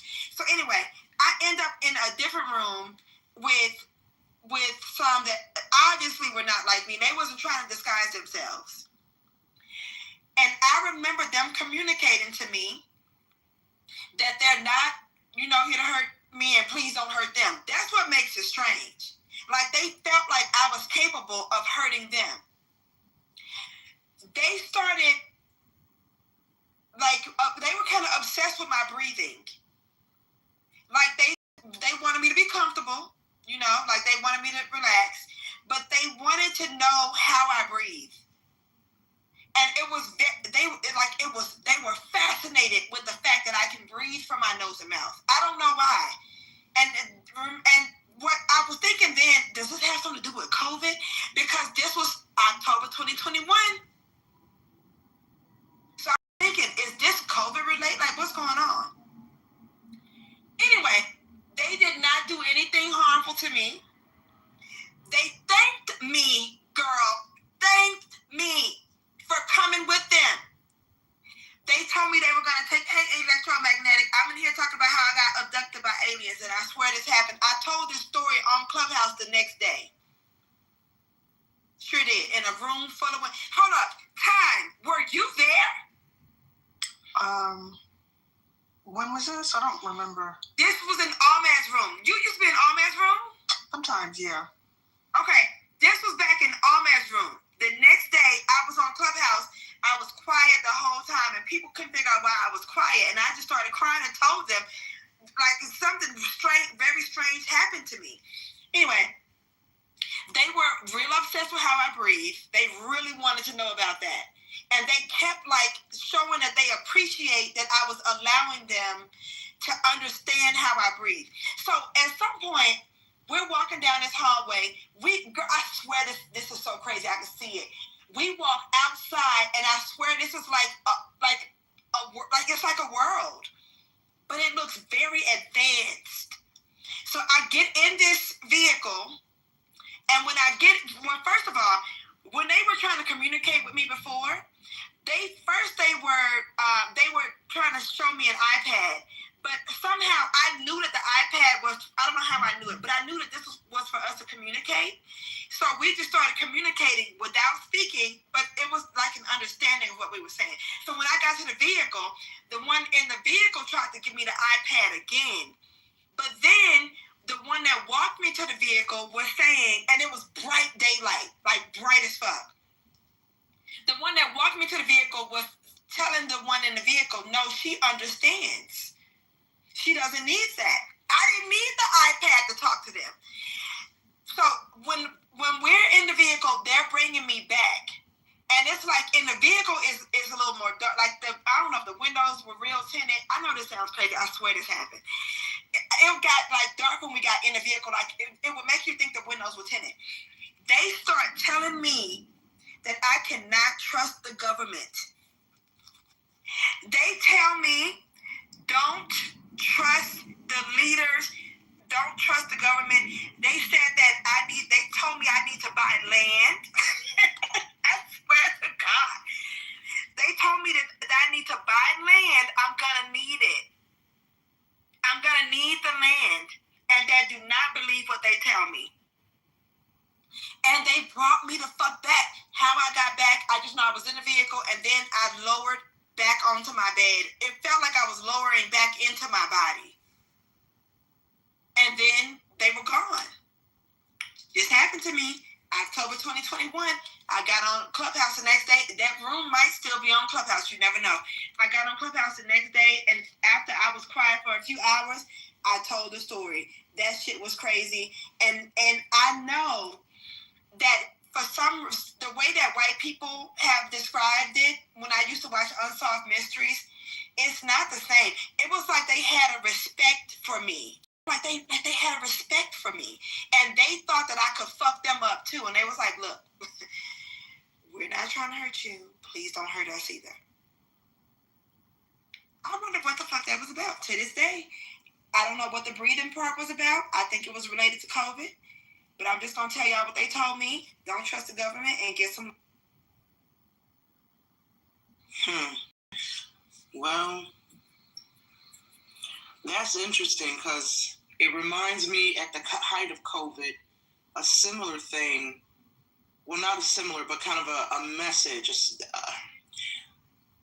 I remember at the height of COVID when they were about to go on these lockdowns, and everybody was tricked out about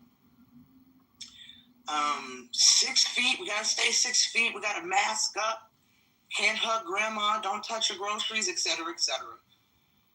I remember, because I'm very much spiritual and I believe in the Most High God. I remember my inner voice, which I attribute to God, but I'll just say my inner voice was like, God was telling me, you don't need no damn vaccine. You don't need a mask. You don't need 6 feet and to hide out in the house. You have your natural immunity. I remember distinctly my inner voice saying, don't worry about this bullshit. When the government and Trump and Biden were saying, be scared of COVID and et cetera, et cetera. I remember my inner voice saying, don't be scared of this bullshit. You and your family will be okay. I remember that part distinctly. You and your family will be okay. And the next thing the voice said was, start collecting books and albums because they're going to be banning the books. What? You're not going to be getting books. There's going to be a time. Y'all remember that movie with the Book of Eli with Denzel Washington? If nobody's seen the Book of Eli, yeah. Oh my God. It's like this post-apocalyptic world where books are banned. It's a really, really good book. And there's like only one Bible left on the earth. And Denzel is tasked with taking this Bible across the country to this ship that has collected all the remaining books on the earth. Okay? And everybody wants this Bible for various reasons, for the wrong reasons. And he risks his life to protect this damn Bible. And that was what the message was saying. The world is moving basically towards the Book of Eli. Collect books and collect albums. And at that time, I started doing that. Once a month, I started ordering an album from Amazon, and I started buying a whole bunch of books. Like books that I was interested in. I remember my friend and I, and it was curious about this, is not too long after this voice was telling me this, we started hearing the media, they were banning Dr. Seuss books. And my friend who's an educator, I remember telling her, girl, did you hear they're banning certain Dr. Seuss books? And I remember certain titles. And I went on Amazon to buy the titles that they were banning. And I swear to you, on Amazon, these certain titles were like now $2,000, $3,000, $4,000 for these Dr. Seuss books. My friend who's an educator, I'll never forget this. She said she went into her garage. She said, Nye, I remember reading these books to my students years ago. She said, I think I have them packed away. And sure enough, she went to her garage. And not all there were certain books that they banned. She had them. I said, girl, these are collectibles now. Cherish them because you can't even buy them. You can't get them. They're banning them, right? And so I've been doing it since. When was COVID? Every month I get a book. Every month I get an album. And that part aside, what I was actually going to say, because you said something in your alien submission that got me to thinking about this film that came out in 2014. Have y'all seen the movie The Signal with Lawrence Fishburne, that alien movie, The Signal? No. If you come across The Signal, I'm not even going to spoil it. It is quite possibly one of the best alien films to come out in the last 20 years. All I'll say about it is it's about these college students who they go on a road trip because they track this signal. One of them is like this. He tracks the signal that he gets like on his computer to a house. They don't know what this signal leads to. It's like from one computer talking to his computer, and And so they decide to go track this signal because they don't know what it's saying. Is it a message? Who sent the signal? And that's all I'm going to say. That's all I'm going to say. Google it. I don't know where you can find it now. If it's on Netflix, if it's on Prime. But there's something you said in your submission that reminded me of the signal. And y'all, if you like, it's not scary now. It's not like there's some gruesome scenes. It's more like, my phone is about to die. It's more like a psychological thriller involving aliens. It's on Amazon Video, Apple TV. Yeah, it's good, ladies. It's really, really good. And it's one of those films, it's got a really brilliant, twisty ending that'll leave you like, holy fuck. I was thinking about that ending when you was talking about your alien abduction. I was like, this is the Signal Part 2. Girl, I'm telling you, that's how that shit happened. And when it first happened, I had more memory of it. Like, I could remember certain things, and now some of it I don't. But I clearly remember they did not, like, they were very careful. Everybody, I felt like I was, like, above them in some way. Like, I was, like, superior to them. They all treated me that way. And everybody in that room knew not to bother me. It's like I didn't see this happen, but it felt like somebody said, okay, y'all can go in the room, but don't fucking bother her. Just act normal. Act like y'all having a dinner party. The bitch seems to like socializing in Manhattan, so make it look like that. It felt like a ballroom type situation. Like they set it up so I would be comfortable with it. It felt staged.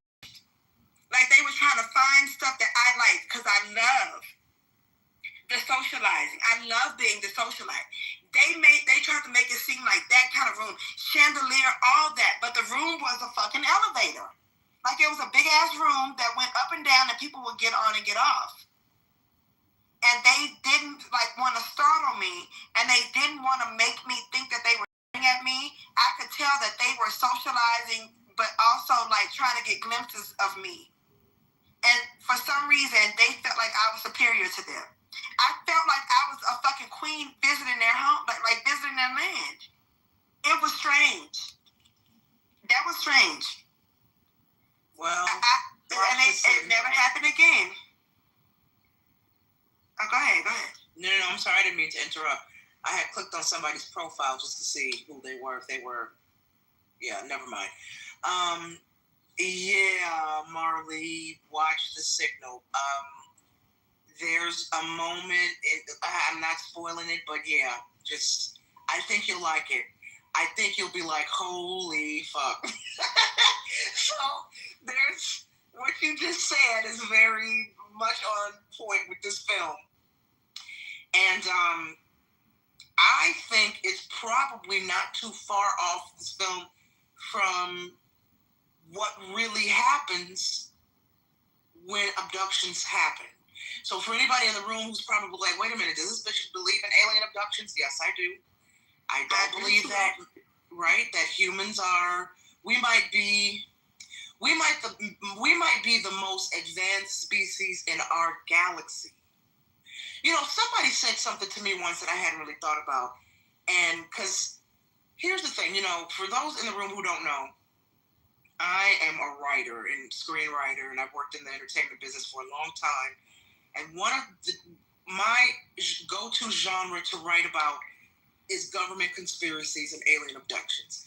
I was a huge fan of The Twilight Zone and The X-Files, et cetera, et cetera. So for years, and I'm not exaggerating here, because when I write stories that have to do with aliens and government conspiracies, I always pull from either true tales or information that the government has already released. Since Area 51 post, you know, Project Blue Book, you know, was it High Jump? I think Project High Jump was when they allegedly jumped into the Hollow Earth. Admiral Byrd, I think it was Project High Jump is what they called it, I think. So I say that to say that I've been doing research about government involvement with aliens, so-called alien abductions, so-called government using, you know, making a pact with certain alien species.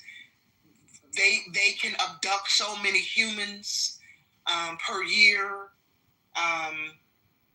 in exchange for alien technology, according to the government. Okay? So we have to remember that the government confirmed, 2 or 3 years ago? Interesting timing. Y'all remember during COVID, where the government was like, yeah, aliens and UFOs are real, and nobody cared because everybody was distracted with COVID. Okay? And so I've been doing this research for so long, and one of the things that I've uncovered in my research, if we believe these things, is that there are various alien races. We have the reptilians, we have the Greys, and the movies always touch on the Greys. Now, if you're old enough, you might remember V for Victory back in the 80s, that series V about the reptilians. Folks who kind of follow or go down the alien kind of conspiracy rabbit hole are convinced that reptilians walk among us, that they are skinwalkers. You probably heard the term skinwalkers. Y'all have heard of Skinwalker Ranch.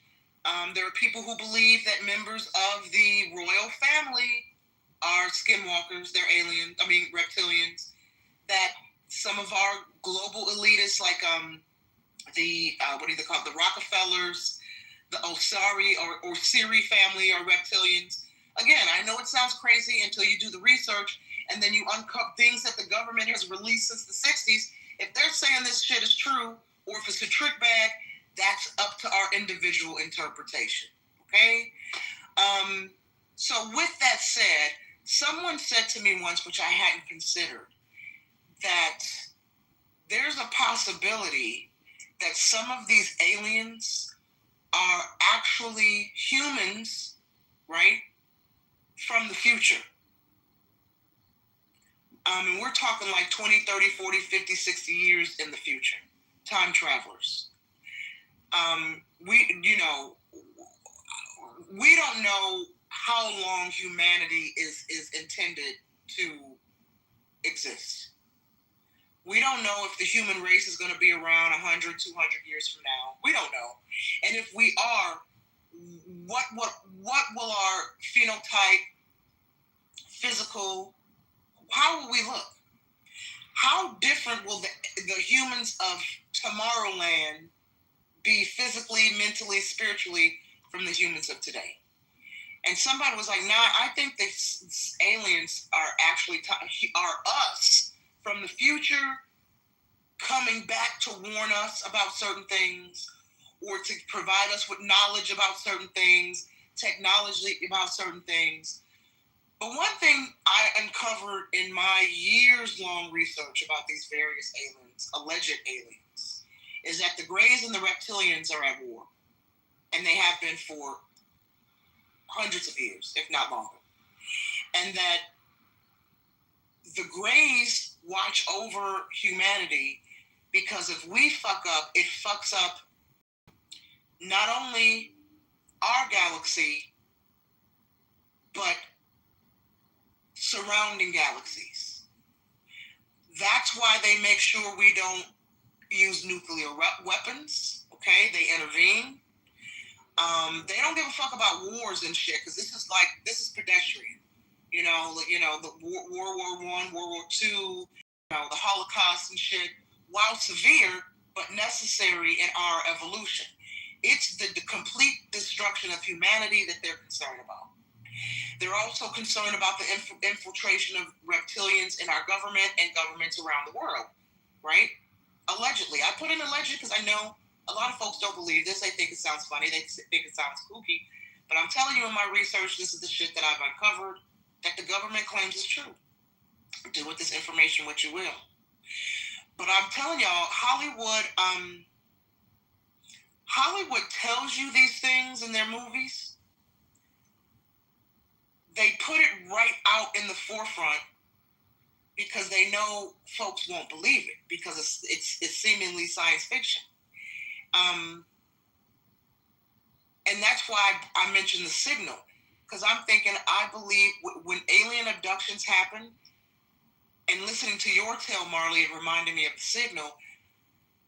I think it probably, when humans are abducted and used for experiments, I think they probably, the way it's depicted in the signal, I think that's more truer to real life abductions than we know. And again, I know some of y'all probably haven't seen the signal, but if this type of shit is right up your alley, watch it, okay? And then I would be curious to know how y'all feel about it, especially if you believe in aliens and alien abductions, right? Because I certainly do, you know. And I don't know, guys, you know, listen, and I'll say this and I'll land.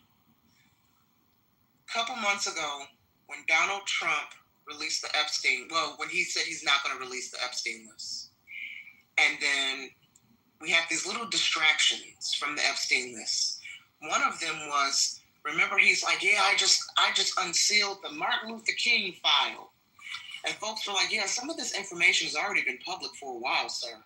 This is just a distraction because you won't release that Epstein list. And I was in a room, I host this room on here with JB, as you know. And I said, JB, he said, Nye, how many more distractions do you think are going to happen that we're going to see? I said, JB, and I wish replays were on because I would replay this so y'all know I wasn't bullshitting, that I'm not bullshitting with what I'm telling you. But we don't have replays in the room. I said, I'm going to tell you what the distractions are going to be, because one thing about humanity, if you study history and history repeats itself, you know what's going to happen next. Nothing is new, nothing is shocking. Everything repeats, right? And so because I love history and because I'm a researcher and because I like to read, you know the playbook. I said, JB, let me tell you what's going to happen. I'm going to tell you what the next distractions are going to be. Either A, we're going to have an alien invasion, and I was kind of being funny.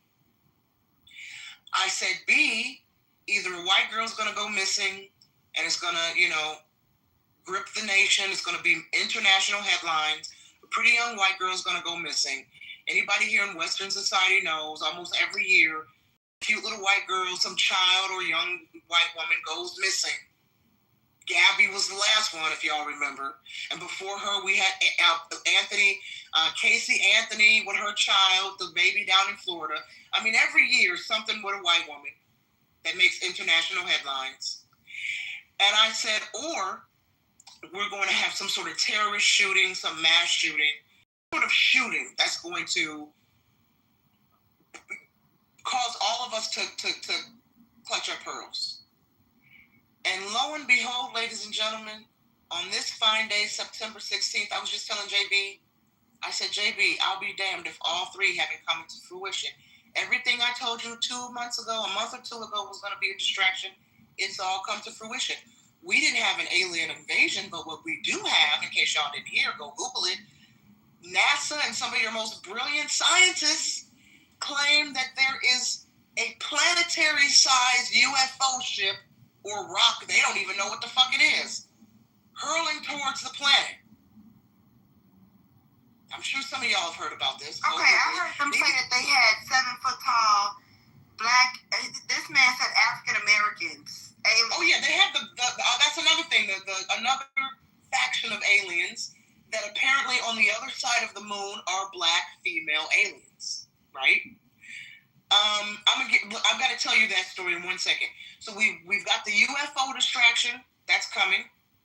We've had several school shootings, like 2 or 3 since my prediction, and the white girl story. Remember the Ukrainian girl that just got stabbed in the neck? It's made international headlines. And lastly, so we've had the UFO, the white girl, and the school shootings, and now Charlie Kirk. All 3. It's like predictive programming. All 3, right? Now, what's going to be the next distraction from the Epstein files? Well, we're leading up to the fall, winter. Don't be surprised if these loony Democrats come out with another COVID variant. But now, let's go to the aliens on the other side of the moon that they claim on the other side of the moon exists these 7 foot tall black women who are aliens. Y'all can probably go on Google and YouTube.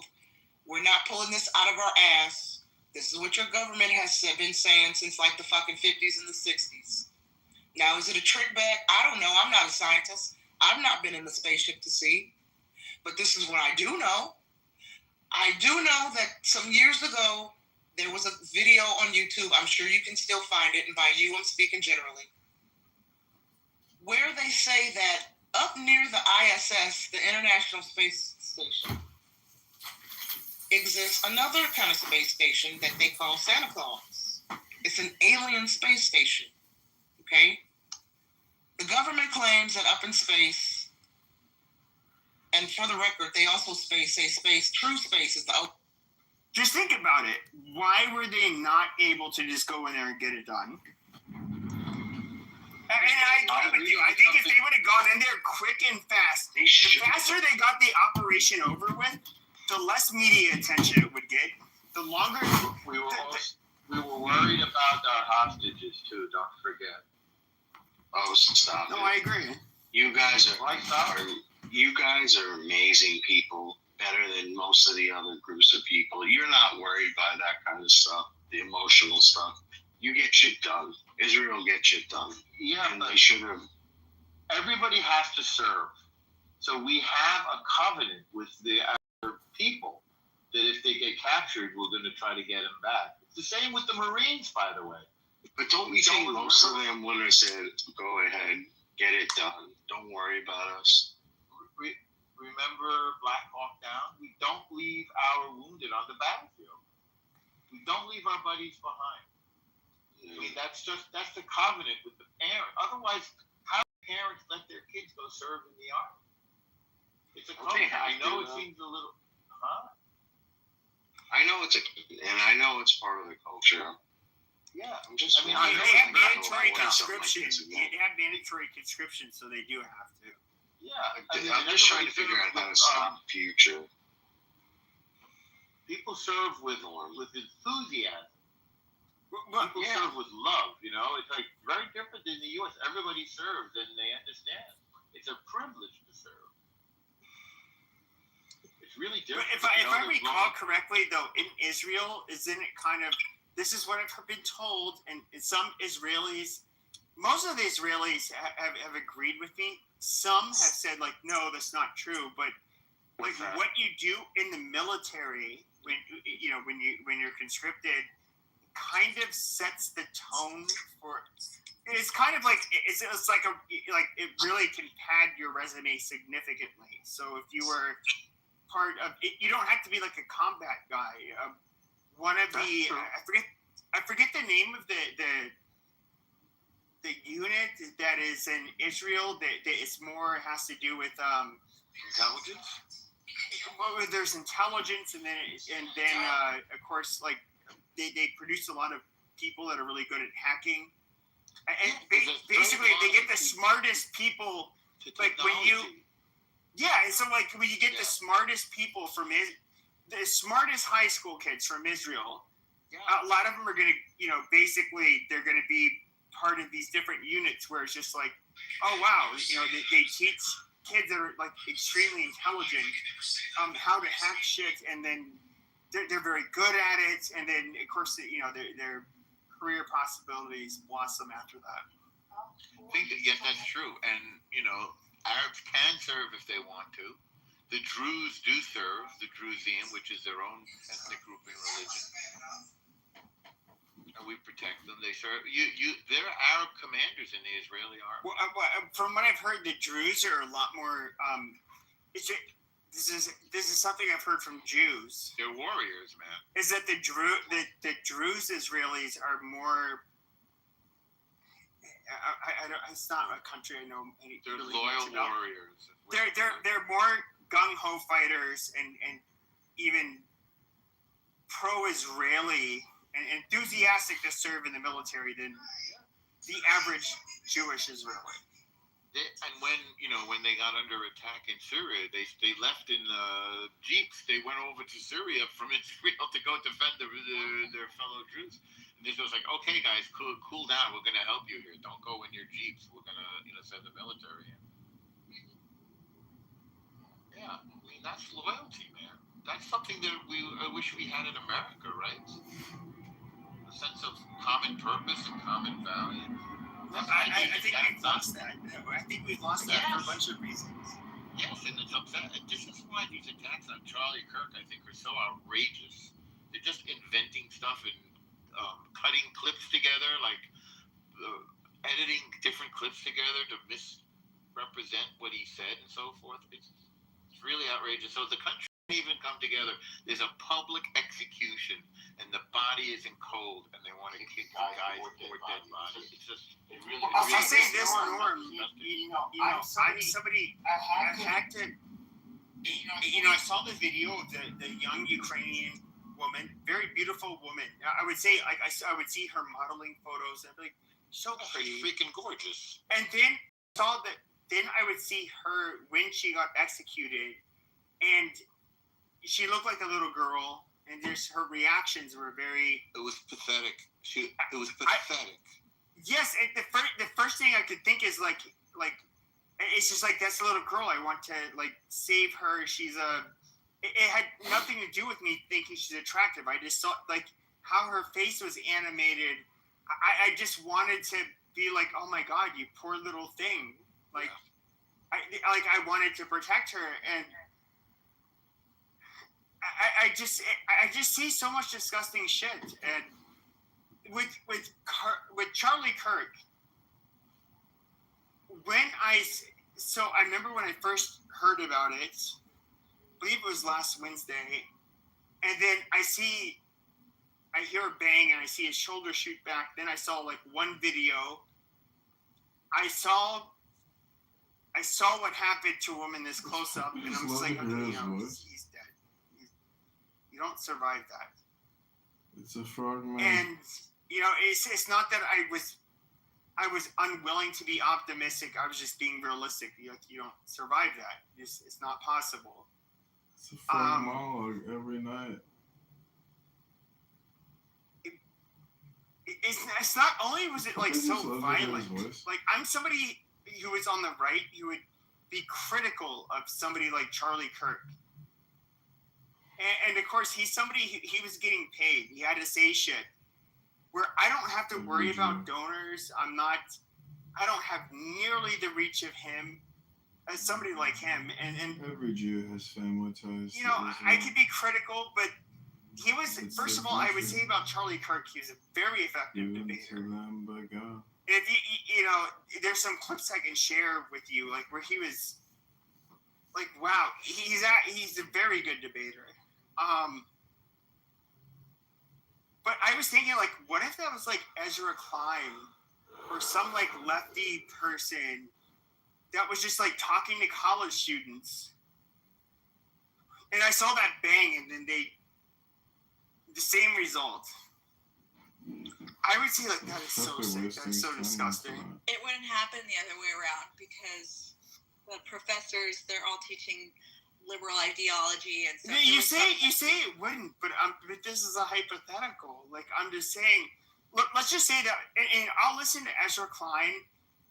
And, us right-wingers, I guess, can kind of, like, listen to people on the left, and I don't think he's like Charlie Kirk.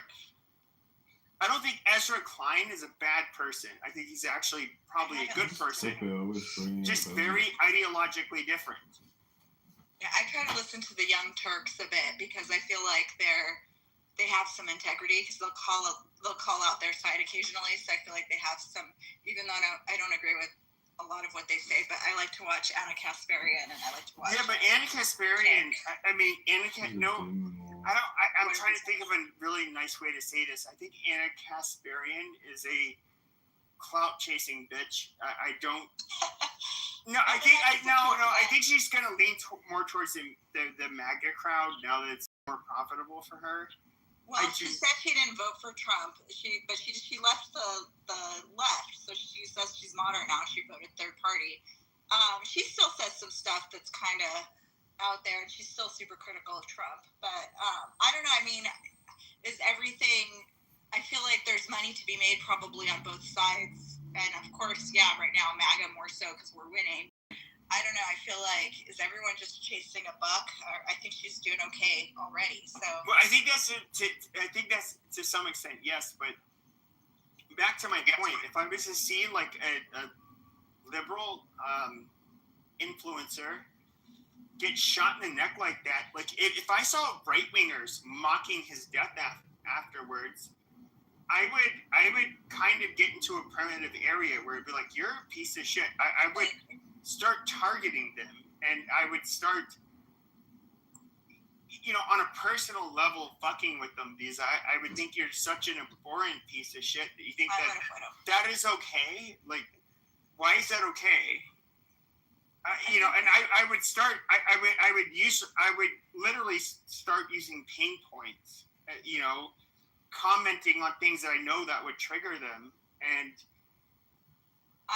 if there's a right winger honestly, if there's a right winger bragging about it and lives in my area, I'd be like, okay, tough guy, do you want to show me your car? Let's meet up.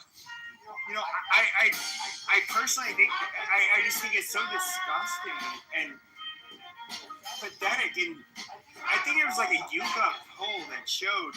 I think it was done like a couple days ago, where it showed that the percentage of people in America that are willing to use violence to solve disputes, and overwhelmingly, a much higher percentage of them they're liberals, they're Democrats, or leftists. They're white. A lot of them are. It's unfortunate too, because they're isn't white. a racial issue. They have more opportunity than most people, and they're white men. Like the highest possibility, infinite opportunity. It's mostly women. No. I have to push back. When it comes to the people that were like celebrating Charlie Kirk's death, the one thing that really stood out is that it was mostly women. And yes, the majority of them were white. Like, it's just something I absolutely noticed. I don't know, I saw a young man singing, he got shot in the neck, and, like, over and over again. I don't know if it's mostly women, maybe so, because of the feminist movement and everything, but I think it's just people who are just so far off. But you know what I've noticed more among people I actually do know, or am associated with through friends of friends on social media, it's not so much that people are celebrating it. What I see a lot of is I don't condone his death, and it's gross if you celebrate it, but and then there's this but, and it's like, there's no need for a but. You know what, just be quiet, shut your mouth, and just let people mourn and have that respect. But no, they have to take him down a peg, or they have to say it was justified. Like, I keep seeing you reap what you sow, and I'm thinking, this man never did a violent thing, how is he reaping what he's sowing? Like, it's just well, I have to say this. If somebody believe it or not, Savannah, I'm gonna say something about Greg Gutfeld, who I hate. Well, I don't hate him, but I think he's a fucking faggot. Like, I do not like him. I kind of agree with that. He made a comment that was actually true and correct. Right? You will never see this shit on the right. Not because it doesn't exist. Oh, it definitely exists. Somebody gets killed and their death is celebrated. That definitely exists. We have a whole bunch of, like, not a majority, not even close to a majority. A good 15% who are out there completely crazy. But you'll never see that on the right. But on the left, because the mainstream Democrat narrative requires participants, or you could call them acolytes, requires them to accept so much other things that don't have anything to do with reality, right? Like that a boy can have a baby. Yeah, I hate to even get into this because it's so stupid. I don't even want to put it on my name, but just a whole bunch of stupid things that don't make any sense to anyone with a brain. That when somebody gets shot in front of their kids and in front of a whole bunch of other students, Like, this isn't as big of a deal to those people on the left as it is. Let's say that someone on the right gets shot in the neck, right? Like somebody who is right wing shoots a leftist in the neck. You know, it's not quite as big of a deal when you can believe that men are women and boys are girls, and that all these different things, like blacks are somehow subjugated in this country. They're not. They're pushed up. They're put on a pedestal. If you can believe that that's true, this isn't such a big deal to you. And there's a whole lot of people in this country that are celebrating the fact that Charlie Kirk, this guy, as to whether this was conservatives. Pepe will tell you he knows a lot of the crazy people on the right. I try not to involve myself with them, but he's right. as to whether This is not a person, Charlie Kirk, who is far right. This is a person who is mainstream American conservative / semi-right wing. Right? That is who Charlie Kirk is. And the way that people talk about him on the left is disgusting. I want to say, personally, I think they should be eliminated. But when I say that... Fuck you! He's dead. He got shot in the neck. Cry me a river, bitches. Well... Cry me a fucking river. Blood. Cry me... Oh, what he said? Black people... Cry me a river. When he was talking... Monkey. Yeah. Go ahead. If you want to continue... Doctor, why did you say monkey? Why did you say monkey? Because Rickson is a monkey. Yeah. Fuck. Okay, come on, dude. The fucking neck. No, talking the side of his neck. He By talking the side of his neck, he got shot in it. He is a general. So, thank you very much. He's a generalized monkey who just... Or make fun of me for how I feel. It's just outrageous. You're what we're talking about here. You're what we've been talking about. Fuck you. I said what I said, you salty. Cry me a river. You salty and cracker. Thanks for being an example. We will make sure that we test if tools are used by people who walk on two legs. We will make sure to put them in the conversation, Rickson. You bipedal fucking monkey.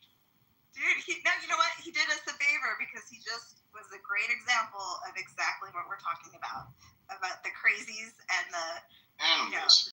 The dumbass comments that are coming out. You know, like I actually did cry. I cried on and off for 2 days because he did do a lot. I mean, it's just amazing how he's reduced to these sound bites, taken out of context, totally making him out to be someone he wasn't. And I would watch him, and I had no idea I cared about him so much. And now I realize, dude, I love the guy. He was a great example, a great Christian, and he was peaceful. And all he did is he asked people to talk things out, and because he said, when we stop talking, that's when violence happens. And then he was taken. His life was taken for that. And then I also think another thing he said was the problem with like poverty and crime is a lot of times there's no father in the household. And what did they do? They stole him from his 3-year-old daughter and his 1-year-old son. And that makes me sick. It makes me sick. It makes me sad because he preached about being a father and he totally intended to be that. So you know what, that guy makes perfect sense. He's the problem. Okay, wait. He's the problem. Who's the they? Who's the they stole him? Whoever killed him. Your friend, Stan. Yeah, it might have been state sponsored. It might not have been a lone wolf. It's not a specific day. It's that he was taken. I just think it's ironic and deeply sad that he spoke out about, you know, the problem with people not having a father. It's not a specific person or they. I don't know. I say they because I don't know. The powers that be that took his life. Well, I'll just say this: like Charlie Kirk is the type of guy where I don't have children, but if I did, I'd be like, what a nice man. Oh, yeah, you can take my daughter out. Now, if it was me personally, and I saw me, can I take your daughter out? Oh, my God. I would pump the shotgun and be like, nope. And so, me too. You know, with me saying, see, he has fatherly instincts. He knows what's up. And for myself as well.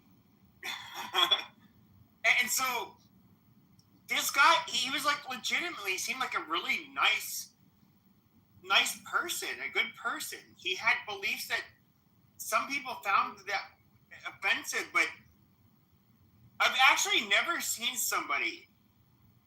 And when it comes to him, he was actually like very generous when it came, and charitable with whoever he debated.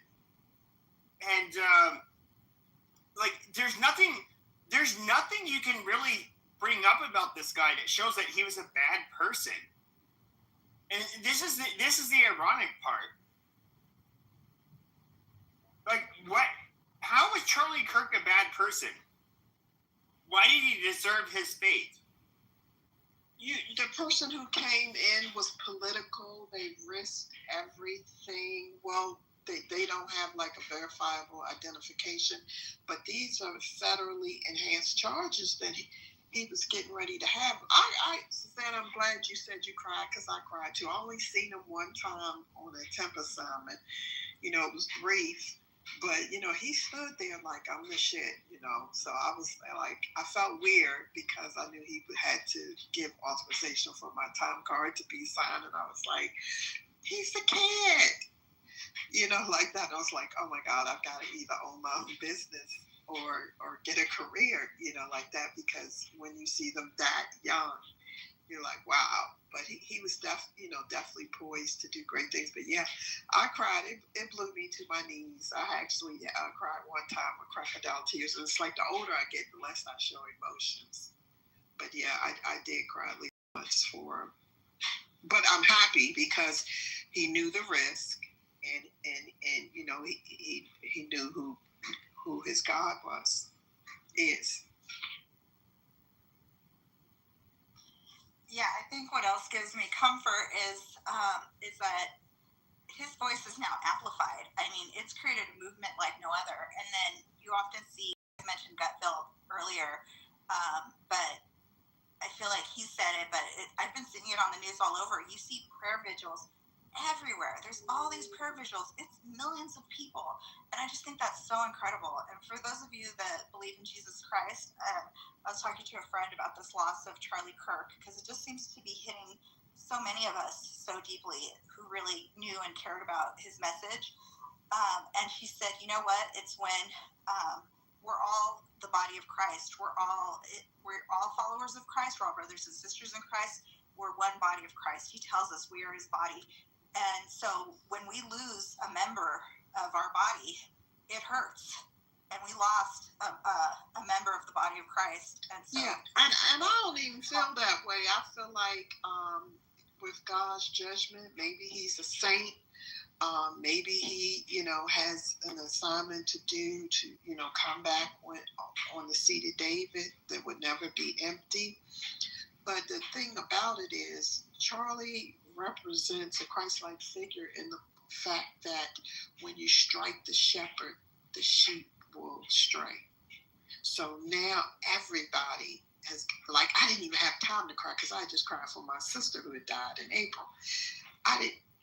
It's no time to be weak or cry because the sheep are in trouble. I yield my mic. Hey, can I say something about this guy? Just real quick, I just want to say I'm so sorry, Connie, for the loss of your sister. I'm sorry for that.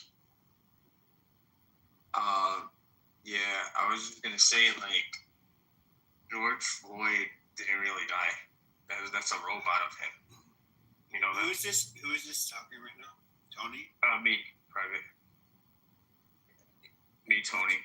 Okay, well, believe you. You're absolutely right. Why do you think he's a robot?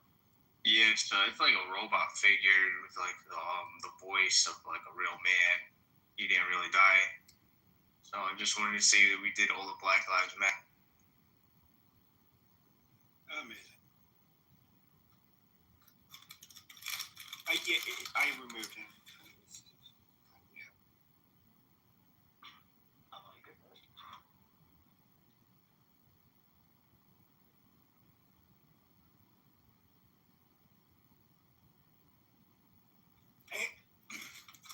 See, I look at, this is the really weird part for me, is I see somebody who has like traditional values,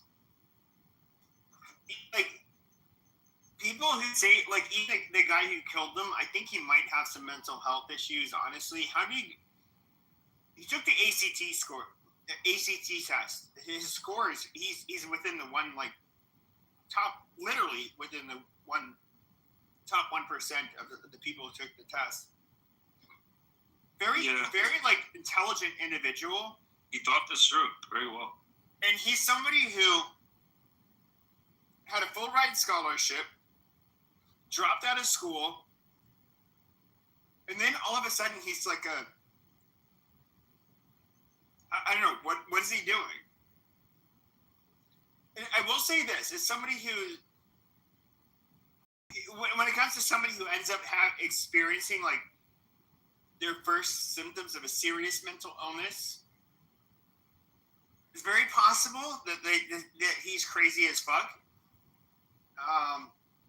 but yet, like, still high IQ. Yeah, it's not 100%. You know, I was looking at his the video of his I believe it was his arraignment where he was wearing a he didn't have a normal inmate attire on. He had something, you know, the Velcro suit, whatever the fuck you call it, where you can't, like, hang yourself. So he's obviously on suicide watch. And, you know, I'm gonna dare say it. Wait, Piper, I actually had like a lot of pity for this individual. Like, I felt like question. Who are you talking about? Who was on suicide watch? the guy who shot Charlie Kirk. Tyler Robinson. Sorry, thank you. What's crazy is he has the same name as my university roommate. And, yeah. They have the same name. I mean, the pretty common name or thing throughout the U.S.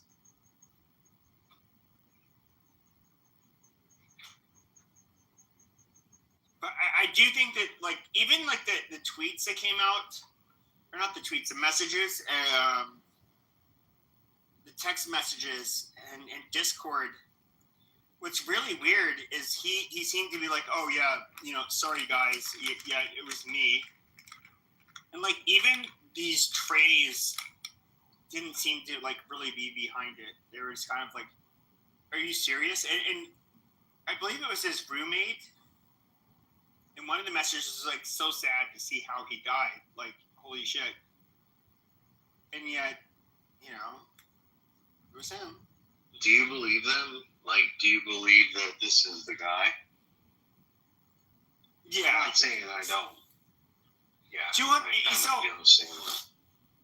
200 yards away, so I'm trying to get to put this, like, after first buying an AR-15 and then, like, shooting, and I'm talking, like, I wasn't in the military, I wasn't given, like, hundreds or thousands of rounds to practice with, but no, like, that shot seems weird. Around 200 yards away, like, just standing, not lying down prone, I could you know, it was roughly larger than the palm of my hand if I was to place it on the chest of the silhouette. You know, I like, nearly every shot was going to go into that area. And that's just standing and not, like, really having to control my breathing, all of that shit. And he had a 30-06 hunting rifle, and, like, with the 30-06, the trajectory is a lot flatter. Yeah, and it's a bigger round. Yep. Yes, with a much higher charge, and it was a weapon that was used in war, but it's meant to also, you know, it's mainly used now, you know, to take down big game. Yeah, exactly. But it's still an amazing shot. Like, you know, not like I'm not used to that, right? I'm used to shooting off 22s for fun and 9mm for fun, upstate New York, as far as target shooting. It's a pretty amazing shot to shoot off a round of that caliber, like, accurately, with basically a scope that could have been banged around all over the place. Like, it's not an easy shot. I don't know if you No, ever I'm saying with iron shot. With iron sights, never. I can No, never but I'm do saying that. like when my first AR-15 with iron sights, it's a Bushmaster XM. I believe it's called an XM. It's impossible for me. I don't know how good But you I'm are. saying like with iron sights at 200 yards, I could stand there, and that was not trying hard, and I could make these shots. Of course, it's different. Like when I'm trying to. Right, like after how many practice shots could you make these shots? It's just like maybe even without like warming up, like it wasn't that big of a, wasn't that hard. Which shot are we talking about? The Charlie shot? Yeah, the Charlie shot. Like I couldn't make that shot off the first shot. You have to zero your rifle. But Yeah, exactly. hey guys, did you see that last video on Threads where the guy was tucking his cuff around his bicep as to allude that the bullet came out of? I'm like, that must have been a small but powerful bullet.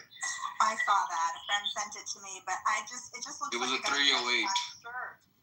What's a 308? That's for regular military.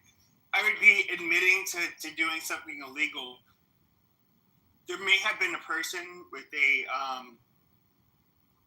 30-06 that had tracer ammunition, and it was fired off in the air. And I could see how far it would go.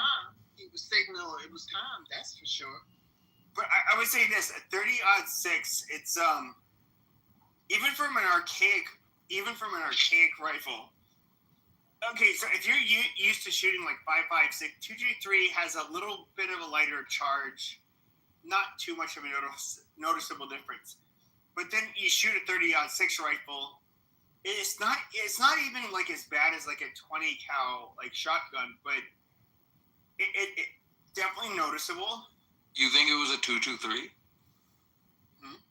You think it was a 223?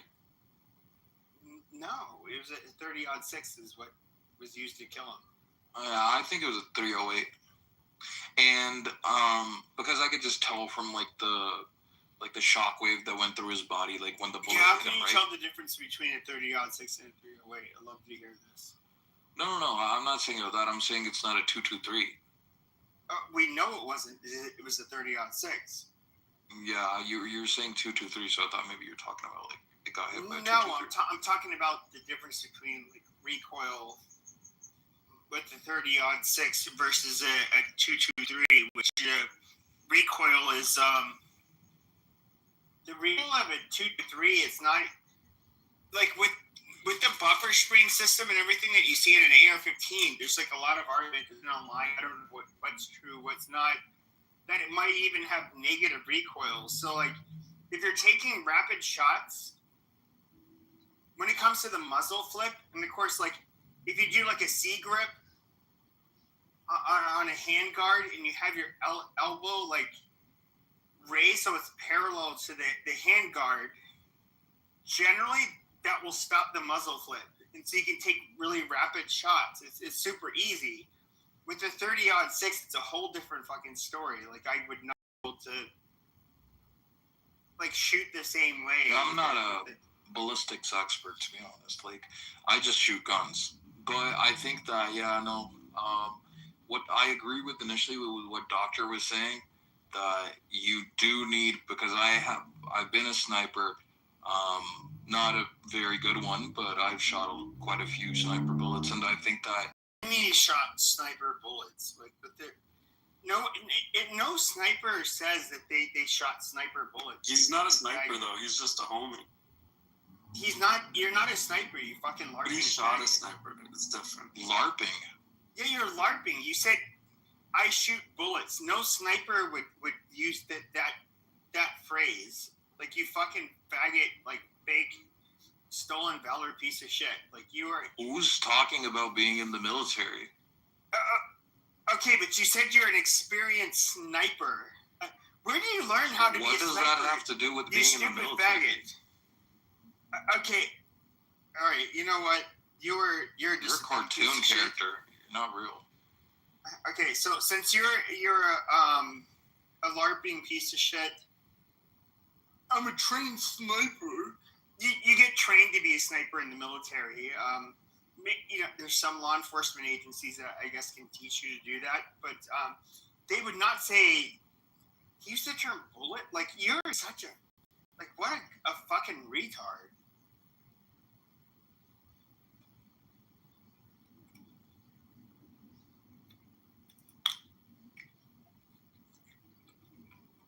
So one of the problems with online people is that you got so many people embellish what they did. I've never bragged about having money or being successful because I'm not really, and I just I run my mouth. I say my shit on here. I'm nobody's guru. I cannot say that I have any kind of good advice for anybody. I'm not going to sell you anything. Because what am I going to sell you? I cannot tell you that I could fix.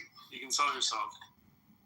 Yep, I cannot fix your life problems and make your life better. If you just buy my course, I can't say I can't do anything like that. So, but then you have the occasional weird faggots like this guy who's just I was a sniper. No, he wasn't. He's a fucking retard.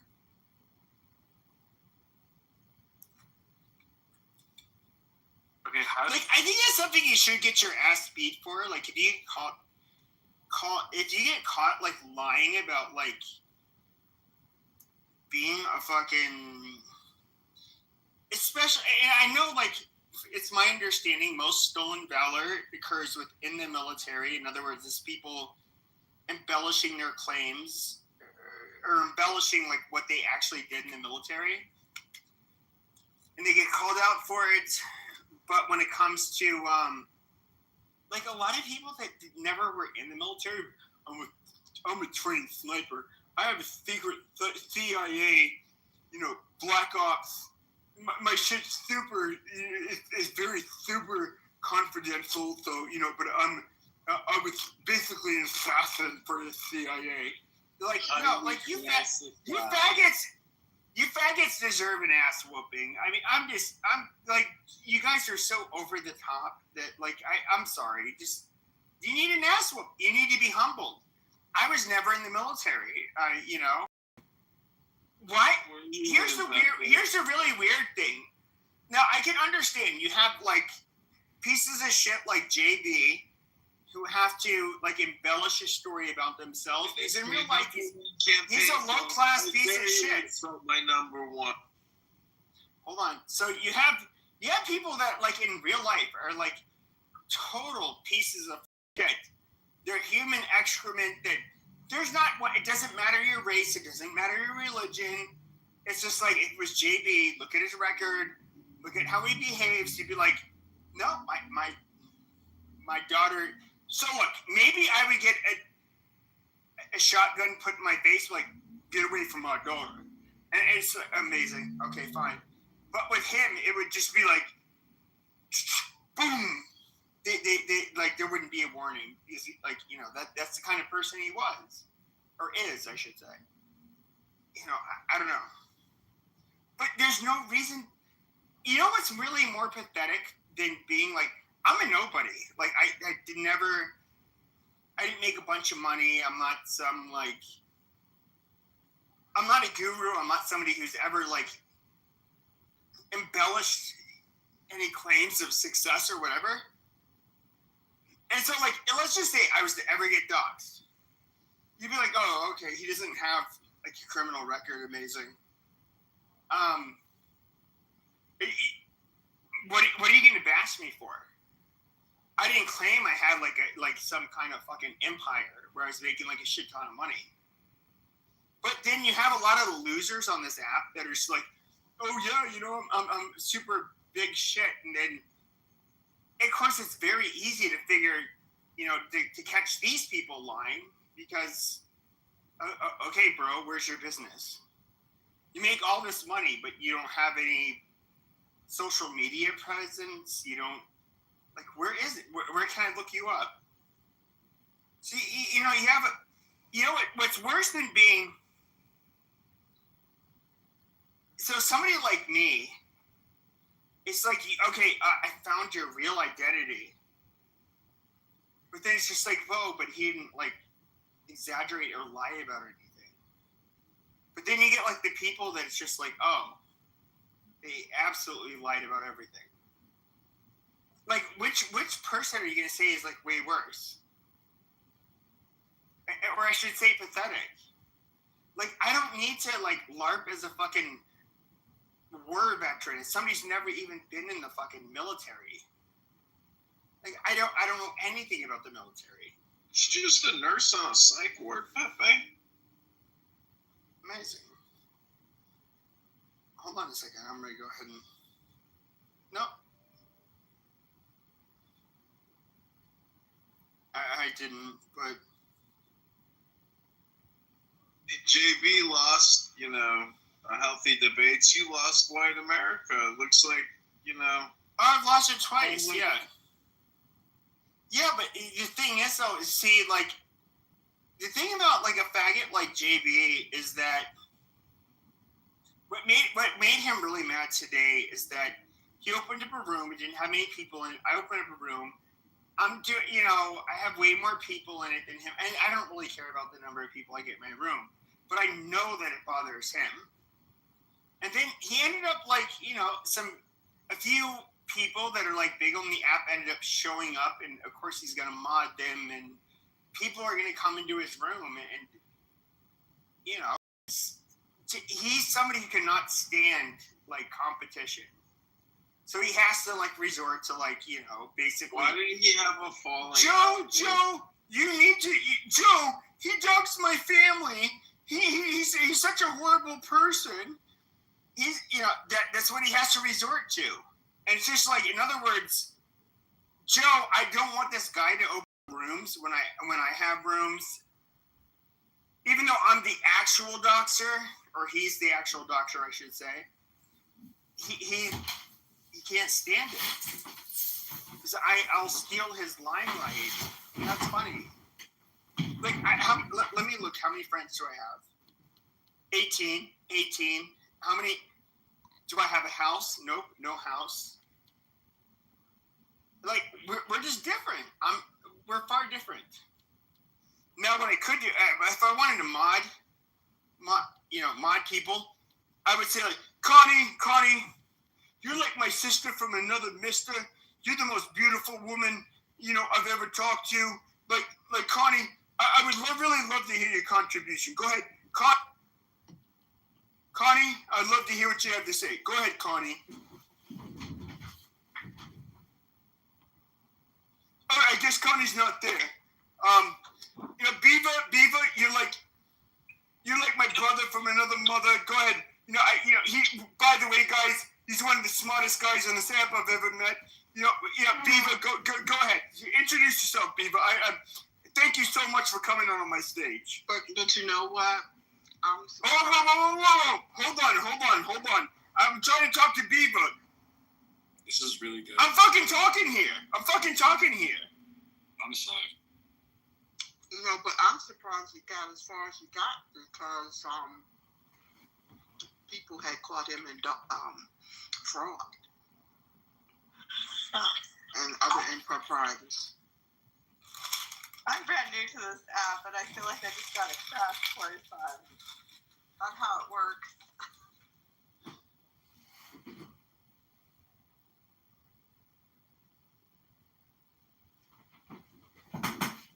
That's what we talk about too. I just want to say with Pepe, I think I'm just going to propose this. You don't have to do it.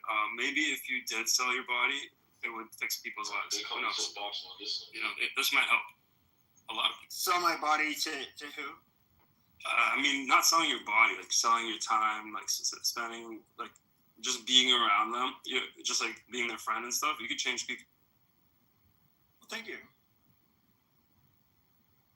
I would say, like, the weird thing about me is that, like, because I didn't do this shit but like on the politics Discord, they have like, I don't know, like 100,000 people on there. But the thing is that they had a plug with all of the big YouTubers, and since I was popular on that app, I would meet all of it. What was really weird is I was like, let me, I'm trying to think of how to put it. So if you were to look at a lot of the things that are being said today by people on social media, now that it's like way harder to get people's accounts clipped and deplatform people, I was saying that shit like 5 years ago. But like, for whatever reason, I was like the little Nazi that everybody liked. And it's really weird. And now, like, I had a spark in me. It was just like, oh, dude, I want to, like, it'd be so cool to be like, I don't know, have like a podcast or some shit. But like, looking back, over, especially a few years ago, I was like, dude, you're not advertiser friendly. Nobody would touch you with like a 10-foot pole. I'd touch you. And so like and so like even still I would say that's kind of largely the case, but then so you have a bunch of people like me who are not going to monetize it, and then so like I was on Twitter for the last couple of years, just like listening. I was participating at first when you had a lot of the large rooms with like Clubhouse people running them. And I'm just thinking to myself, like, these people, first of all, they say like way more extreme shit than I would ever say. And it's just like so amazing to hear people that have just heard about some of the concepts I heard about years ago. And they're so gung-ho about it, which I don't know that I can necessarily find it like offensive, because I was kind of, I guess, at that point at one time. But it's like, do I want to hear a bunch of people that are just like discovering shit and debate with them? Not really. And I'll say this also, like, I'm somebody who reveled in the chaos. I thought it was fun. Like, literally, my highlights on here were not making my rooms, but being put on the hot seat when I was like, what do they call it? Like headlining? Where, and I'm talking like 4 years ago, like people would bring me in the room, try to make me the content, and then I would be questioned by these people. And then, there's like, up to 1,000 people in the fucking rooms at a time. And what was funny is like, to me, it was like a fight. But at the same time, it was, I don't know. I don't know. It's just fun. And there's always like an upside to it. It's just like, okay, you guys are actually like advertising for me. I'm this horrible bastard that you're painting me out to be. And then, so like, that's why, like, wherever I went, I had a crowd. And like the last couple of years, I just kind of, there's a burnout. Like, how many times do you want to talk about the same shit? Like, I just got sick of it. Like, I can talk about, like, the hype, how hypocritical black people are and their shitty fucking false narratives. I can talk about a lot of shit. But it's not fun after you do it so many times. And so, like, here I am. I'm just, like, on this app, and I just started going to other people's rooms. And one of the things that I thought was, like, really weird is that you got people that would suck my fucking dick. Suck my fucking dick. I'd be like, dude,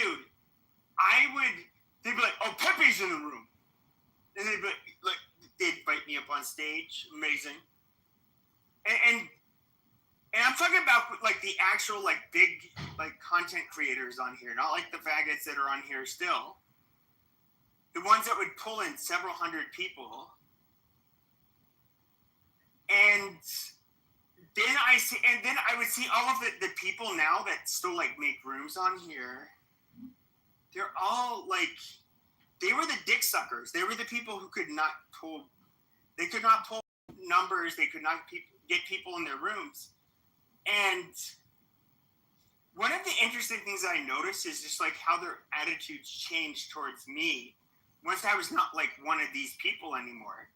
And you know, I would say I was quote unquote Clubhouse famous, which means like being Clubhouse famous means you're like a fucking Z level famous person. A D-list celebrity like fucking Amber Rose, who would come to my rooms, would bring in way like more numbers than I could. Like, I'm still at the end of the fucking day, nobody.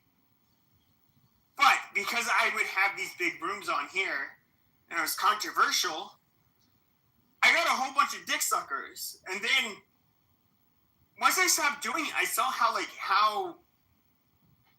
just kind of like enlightened me when it comes to human nature, just like how fake so many of you like non-content creating people are. You just run your little faggot mouths and you'll kiss ass, but like you don't mean anything you say. Like you guys are not much better than the actual fucking cloud chasers.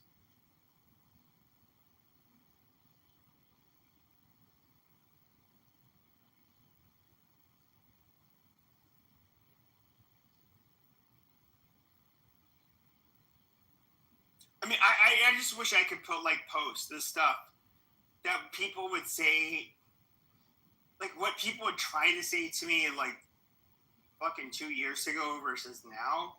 It's pathetic. So many of you showed your ass. Like you guys are you're trying to win a popularity contest on a dying app. The only reason I'm on here is because I know the people on here.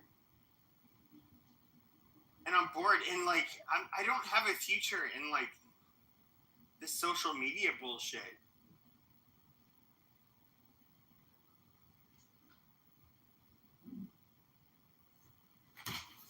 Like, a lot of you faggots are still trying to like cling on to power for whatever fucking reason.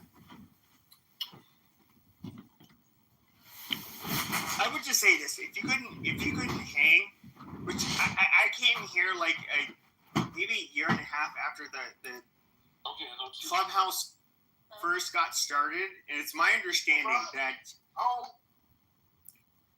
in the very beginning, first of all, you had like legit fucking celebrities on here. You had people like I wasn't here when they were on here. But if you couldn't fucking hang with those people, like you aren't shit. And I never hung with those people. I've never been in the same space at the same time. But a lot of you people, you guys are trash. Absolute trash. Total loser.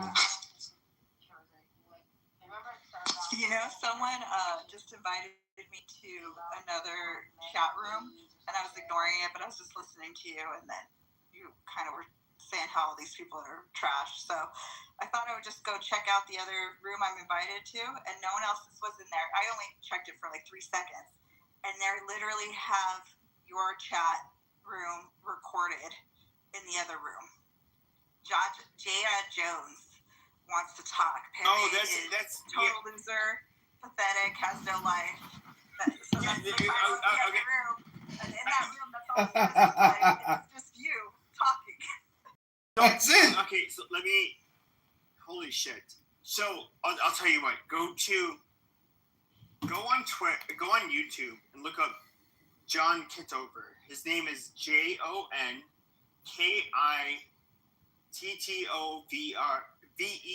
You went a little fast before I even was at YouTube. Hold on, let me get to YouTube and then tell me. Hold on, I'm getting. Okay, go ahead. So JonKittover,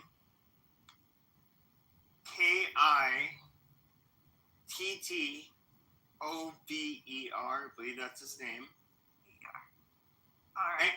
And if you can select the options, go to live for which videos you're gonna look for. Okay. Live Democrat Steve Appel skeletons in my closet. He's basically filming like every fucking room on Clubhouse that he can. So he literally has like 50 phones, in his room is this guy from. Oh wow, yeah, I see that. So this guy has been doing this. He streams everybody's rooms. That's what he does. And he made, he's somebody who would like use my PTR, make rooms, copy my houses. He does this to a lot of people. Yeah, that's so sad. That's pathetic. I mean, I don't dislike him. He's just who he is. Like, I don't know how to. But I mean, he's like just recording other people's content and then putting it out as his own. And he calls us retards. And Pepe, you don't read books. You're a retarded, stupid piece of shit. He calls us. Sometimes, not always. He'll. I actually think he's funniest when he ends up like trying to lay into me and telling me like what a very stupid, horrible piece of shit I am. I actually, that's when he says it's funniest. But it's true. It's all true. Yeah, I don't know. This is Edmund. This is what Edmund's known for doing this all over the app. Funny. Anyway, yeah, I thought I'd let you know that's what I got invited to this other room. It's just your room being recorded. Mm-hmm. Oh, it's not just mine. He's recording other rooms. I can promise you. No, but I mean, within this app, that's what that one room is. But he's inviting people I don't know if he's inviting other people from this room, but yeah. Anyway, and then it's just listening to your voice. I mean, it's like this stupid shit. So they made a big change to the app like a couple of years ago where they wanted to make it less friendly to like podcaster people or influencers. And so I remember there was like a room where there was this black guy who said, like, why are you letting this nigga on stage? That's how he was referring to me. And it's like I was asking this guy, Herm, like, can I like repeat it? And I was like, why are you hating on everybody? Nigga? This is like he called me that word. And then I just basically said, why are you hating on me? But like calling myself the word. And then there's like 2 or 3 fucking response rooms at the same time. Like they both had like a couple hundred people in them. And it's just like, I thought that shit was funny. It's just like how are you outraged? But it's like, it's such like selective and petty outrage. But I thought the chaos and the drama was funny. Yeah, it is funny. I actually, you know how you said you don't have anything to contribute? Well, you made me laugh a couple of times. You could probably possibly be a comedian. Well, that's kind of like what I do the most is just like, it's like the comedic bullshit, but like to me, that's